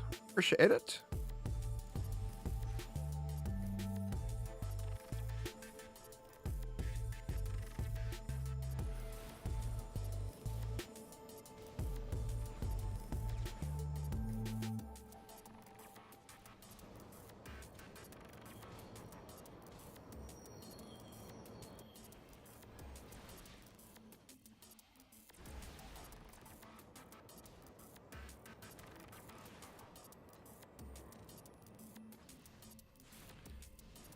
The new pet is buggy AF right now, Lakudos. If you're talking about the one-shots, it's just from buff stacking between the Lavamancer and the Monk.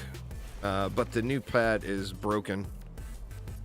It's like didn't get stat squished or something. It's doing like 10 times the amount of damage it's supposed to. 2069. 69. Oh, man. You gotta save that, Aramir. Gotta screenshot that for sure. All of the engineers' defenses go through the shields. You don't have to use Piercer on any of the NG's defenses.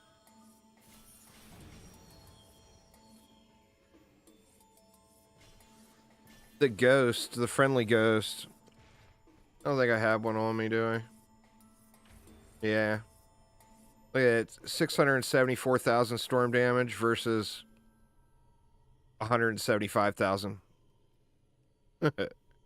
And that's not rolled.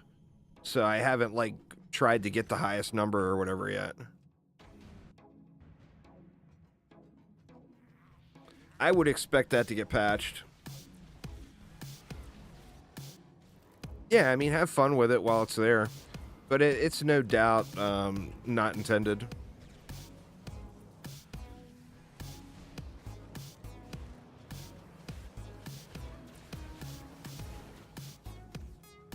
And if it is intended, that's awesome, because pet builds are kick-ass.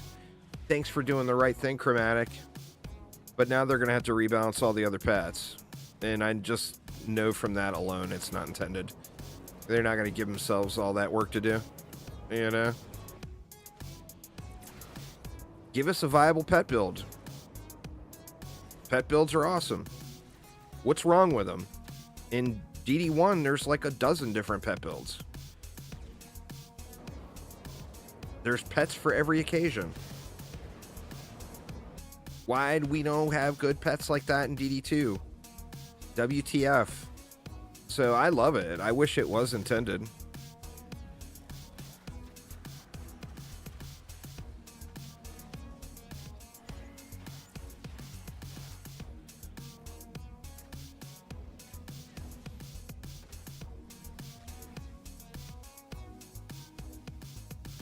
Come on, Treat, just die already. There we go.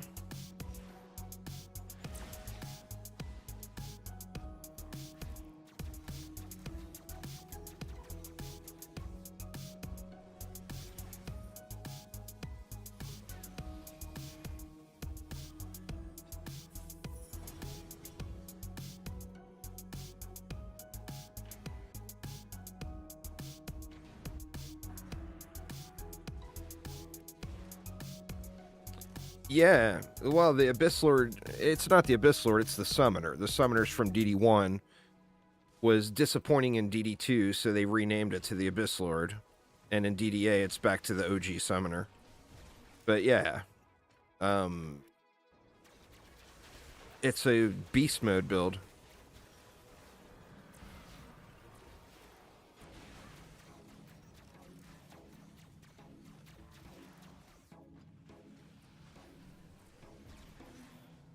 What hero would I like in DD2 besides the Jester? I mean, the Hermit, that new Hermit they put in DD1 is pretty cool. I think they want to focus mainly on new heroes, though, at this point, instead of bringing something from the other game. They've already brought too much from the other game, you know? So I think they want to focus on doing new stuff.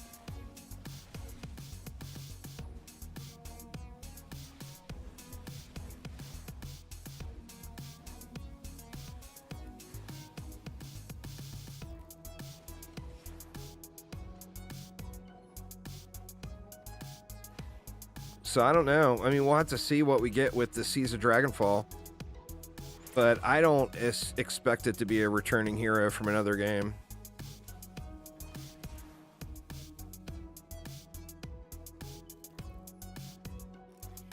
I mean, maybe it is. Who knows? But I don't really think it will be.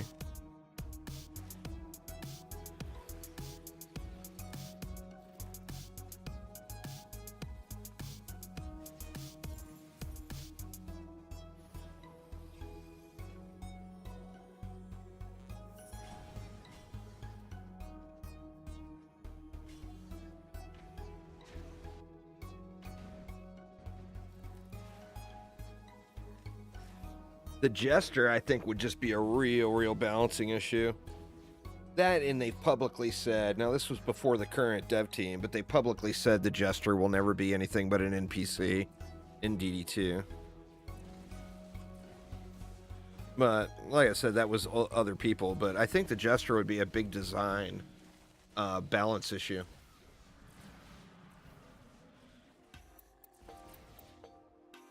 And that's the benefit, too. When you've got a game that's so loved, like DD1, by putting in heroes from the other game, there's an expectation, you know? And you have an expectation to meet, because people want it to be like the other hero.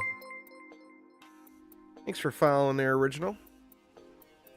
So that's I think from a design perspective, that's probably one of the big downsides of bringing those heroes back. I mean, the Abyss Lord is a glaring example of it. It was so bad in comparison to the Summoner that they didn't even give it the name. And then tried to cover it up. It was very, very sketchy. I mean, they publicly said in an interview that the players, you know, basically, obviously, it's not their exact words, but the way I read the interview was, the players are too fucking stupid to realize, so this is what we're going to do. That was the old dev team.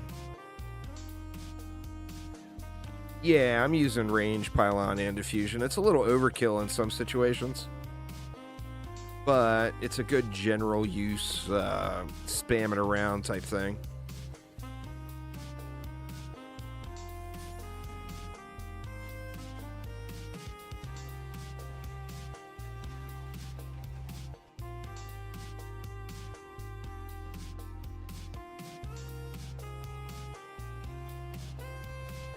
Flame burst down! No!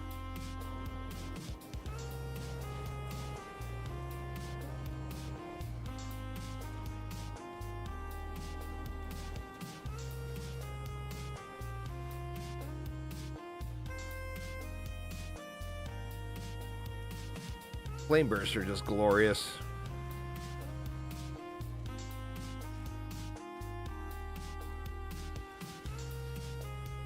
Well, it's just, you know, I mean, that's the part that people don't realize is it's, you know, it's not, there are some people that are the same, but the people that are the same were not actively involved with the development of the game through the DD2's creation. You know, like Augie, for example, he was on their board of directors as a silent partner. He was not allowed to intervene or get in the mix, you know?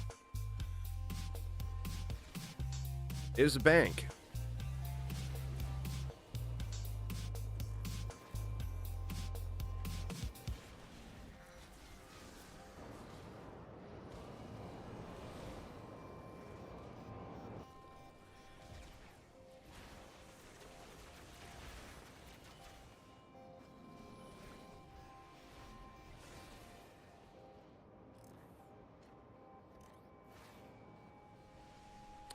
I'm not changing my build right now, no. I'll use other defenses on other streams. This is all engineer stream for me. I mean, it's in the title.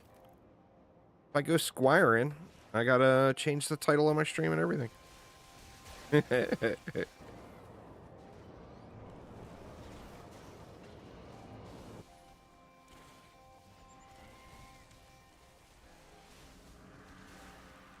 Cannonballs are not something that would be very good, though. You could get away with using it because of Piercer Servo, but it's a straight projectile defense that doesn't pierce shields. So it's definitely not ideal for AP resets because it's not going to meet every lane. Well, that's all DD1.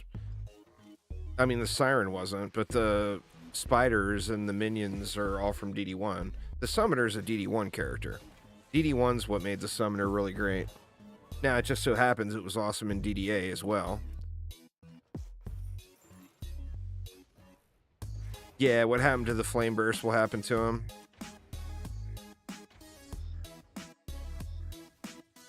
Alright, I said this was going to be the last one, huh? Let's try to do one more. Just one more. I don't want to leave my wife to do everything for for Christmas dinner tonight by herself. One more will be fine, though.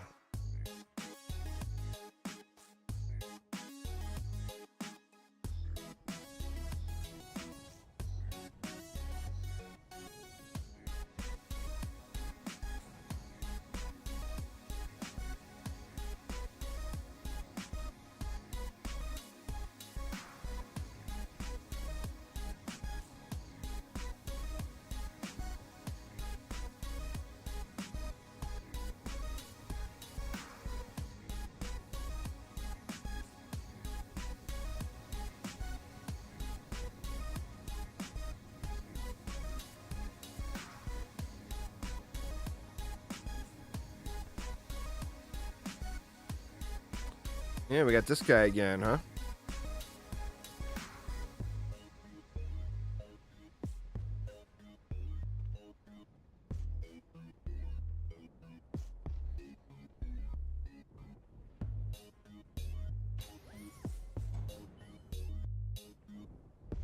Yeah, right.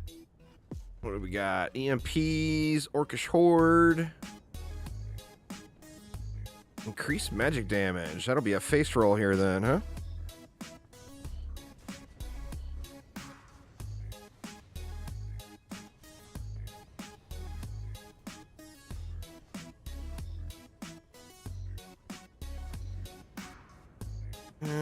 We got some Borks, but there's no way they're going to make it down here, right?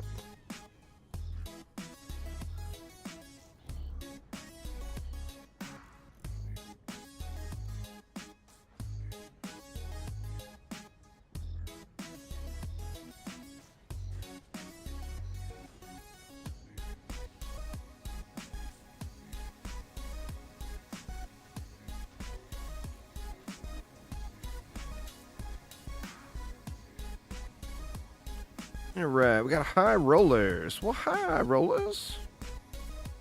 I didn't see that. I guess we can just nuke them. Might be the easiest thing to do.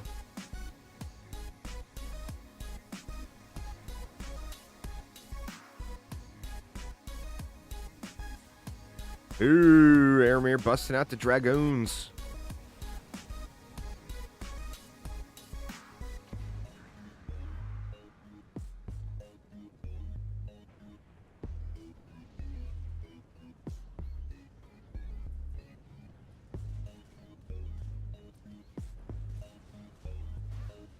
Huh, is that LT?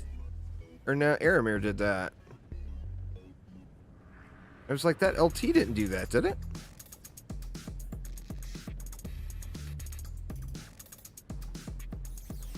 Let's see this one.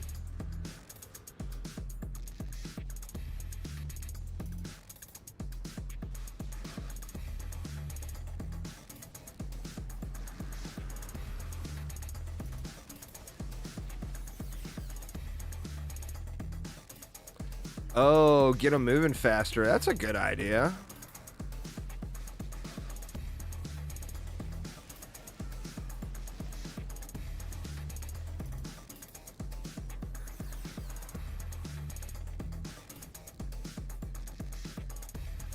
Get on out of there, Mr. Roller. See if we can't get a double whammy. Oh, Aramir got him already.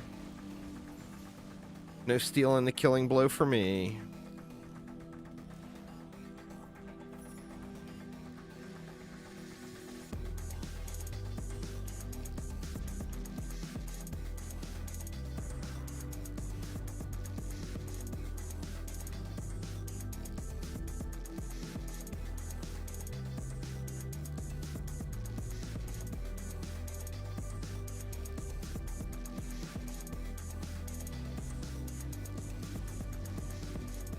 Rocket to the butt.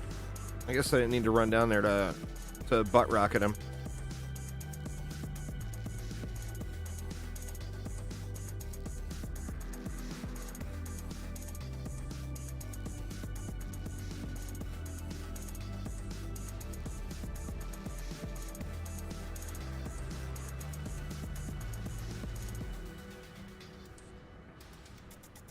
Oh yeah, she getting slammy out there now. Definitely got to make this the last one. Like I say, we got the son visiting, so we're doing Christmas dinner tonight. Because he's going to be gone when Christmas actually gets here.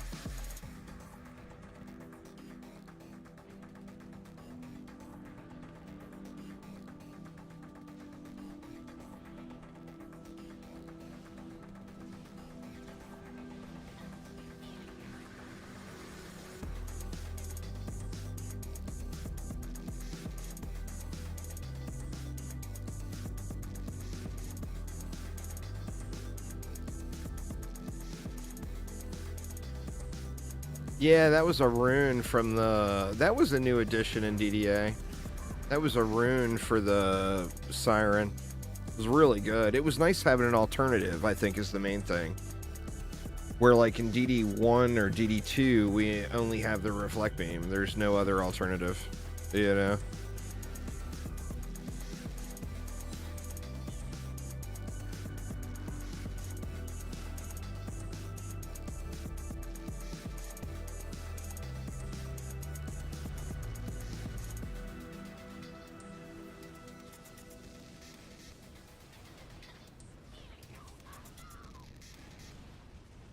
Need spinning steel in DD2? That would be incredible. I could live that spinning steel life.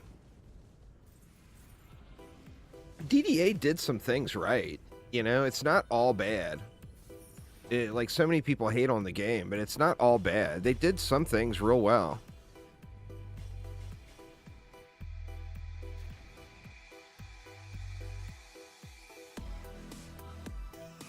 Oh my god. I keep just derping my windows out big time.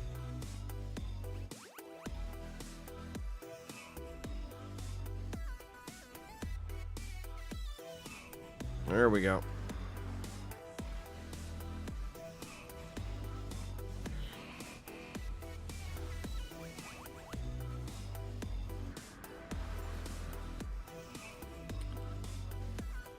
Well, I mean, the end game's about min-maxing and grinding gear. Just like DD1. I mean, it was designed to be more like DD1. It's just they copied too much of DD1 and did a lot of it poorly, is one of the challenges.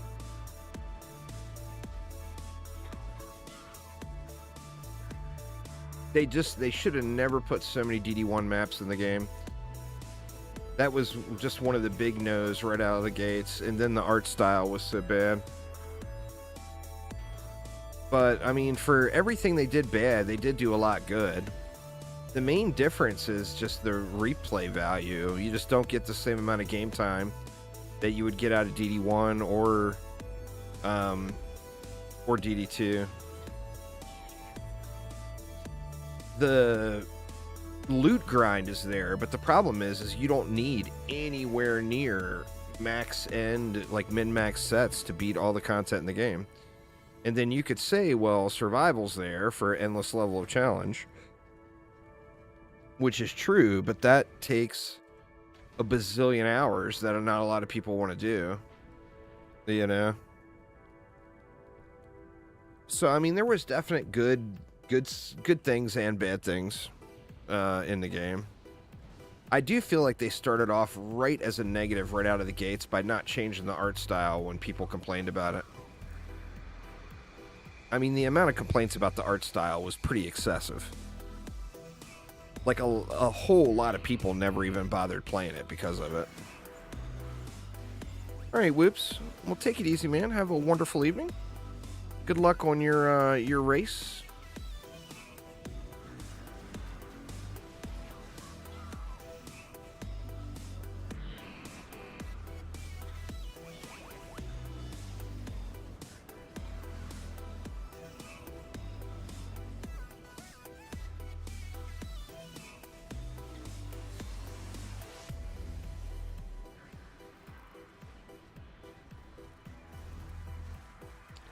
As far as the graphics were way better than DD2. The problem is the art style, not the graphics. The quality of the graphics, like the lighting and the performance and everything, was like way above DD2. But DD2's art style is absolutely beautiful, and DDA's art style was absolute poo. Was the problem. It doesn't matter if you got all those fancy tools in the more modern game engine. If your art style that you choose is not what people want, it's not what people want, you know? There was just a whole lot of really wrong turns made at the start of development, and then they never went back on it and changed it. One thing about DD2, with all of the different issues it does have, it is pretty. The art style is very, very nice. It's pleasing, you know?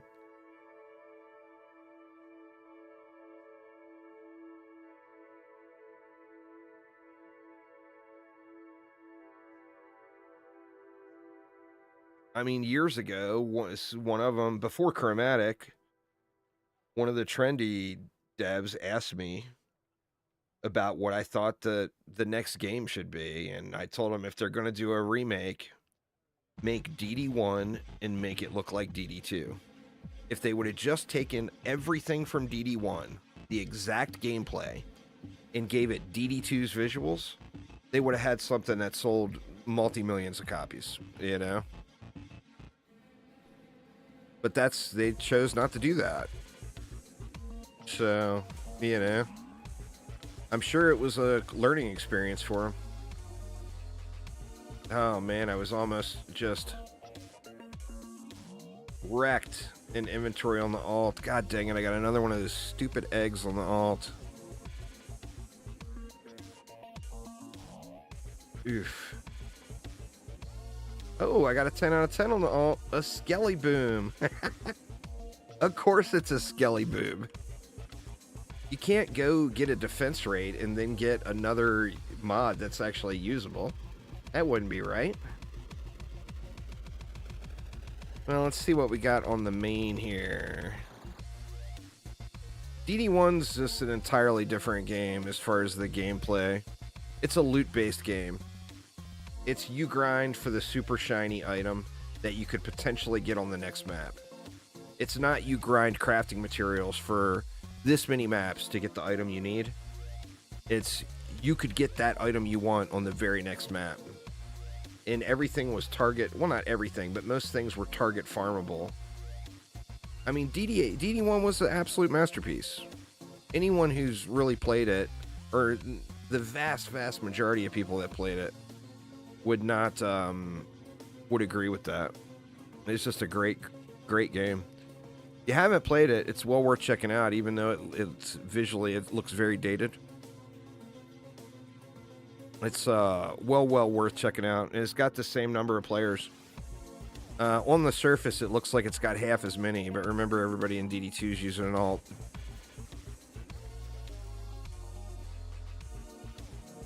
So yeah, it's got a decent-sized player base, very robust community, and just an incredible game. Gonna go get you some piercer rings. Nice, Rizzle. I'm not using any of those at the moment, but definitely a strong one to have. So anyway, y'all, that is going to get it for me for today. I'm going to go fill my belly with Christmas dinner, even though it's not Christmas yet. So, gotta love it. But anyway, thank you all so much for hanging out. Hopefully everyone's having a wonderful afternoon or evening, whatever it is for you. And, let's see. Grandmaster Vern. Did I raid Grandmaster Vern yesterday? Can't remember.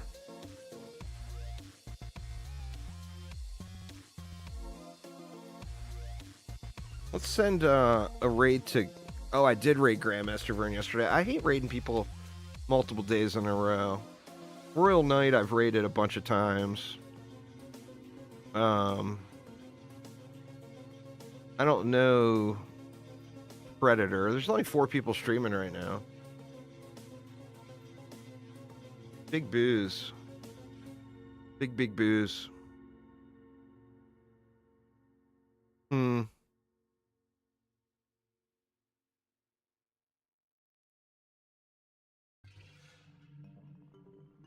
Give it a sec, see if anybody else pops on. Doesn't look like anybody else is going to come on.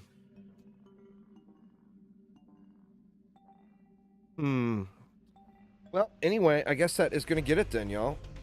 So, like I said, thanks a ton for swinging by. I will be live tomorrow. What is tomorrow? Tomorrow's Friday. I don't think Chromatic's definitely not going to have a stream. I think those Friday streams are pretty much done until New Year's at least. But anyway, thanks a ton for hanging out. Have a wonderful rest of your day, and I will see you all next time. Take it easy, y'all.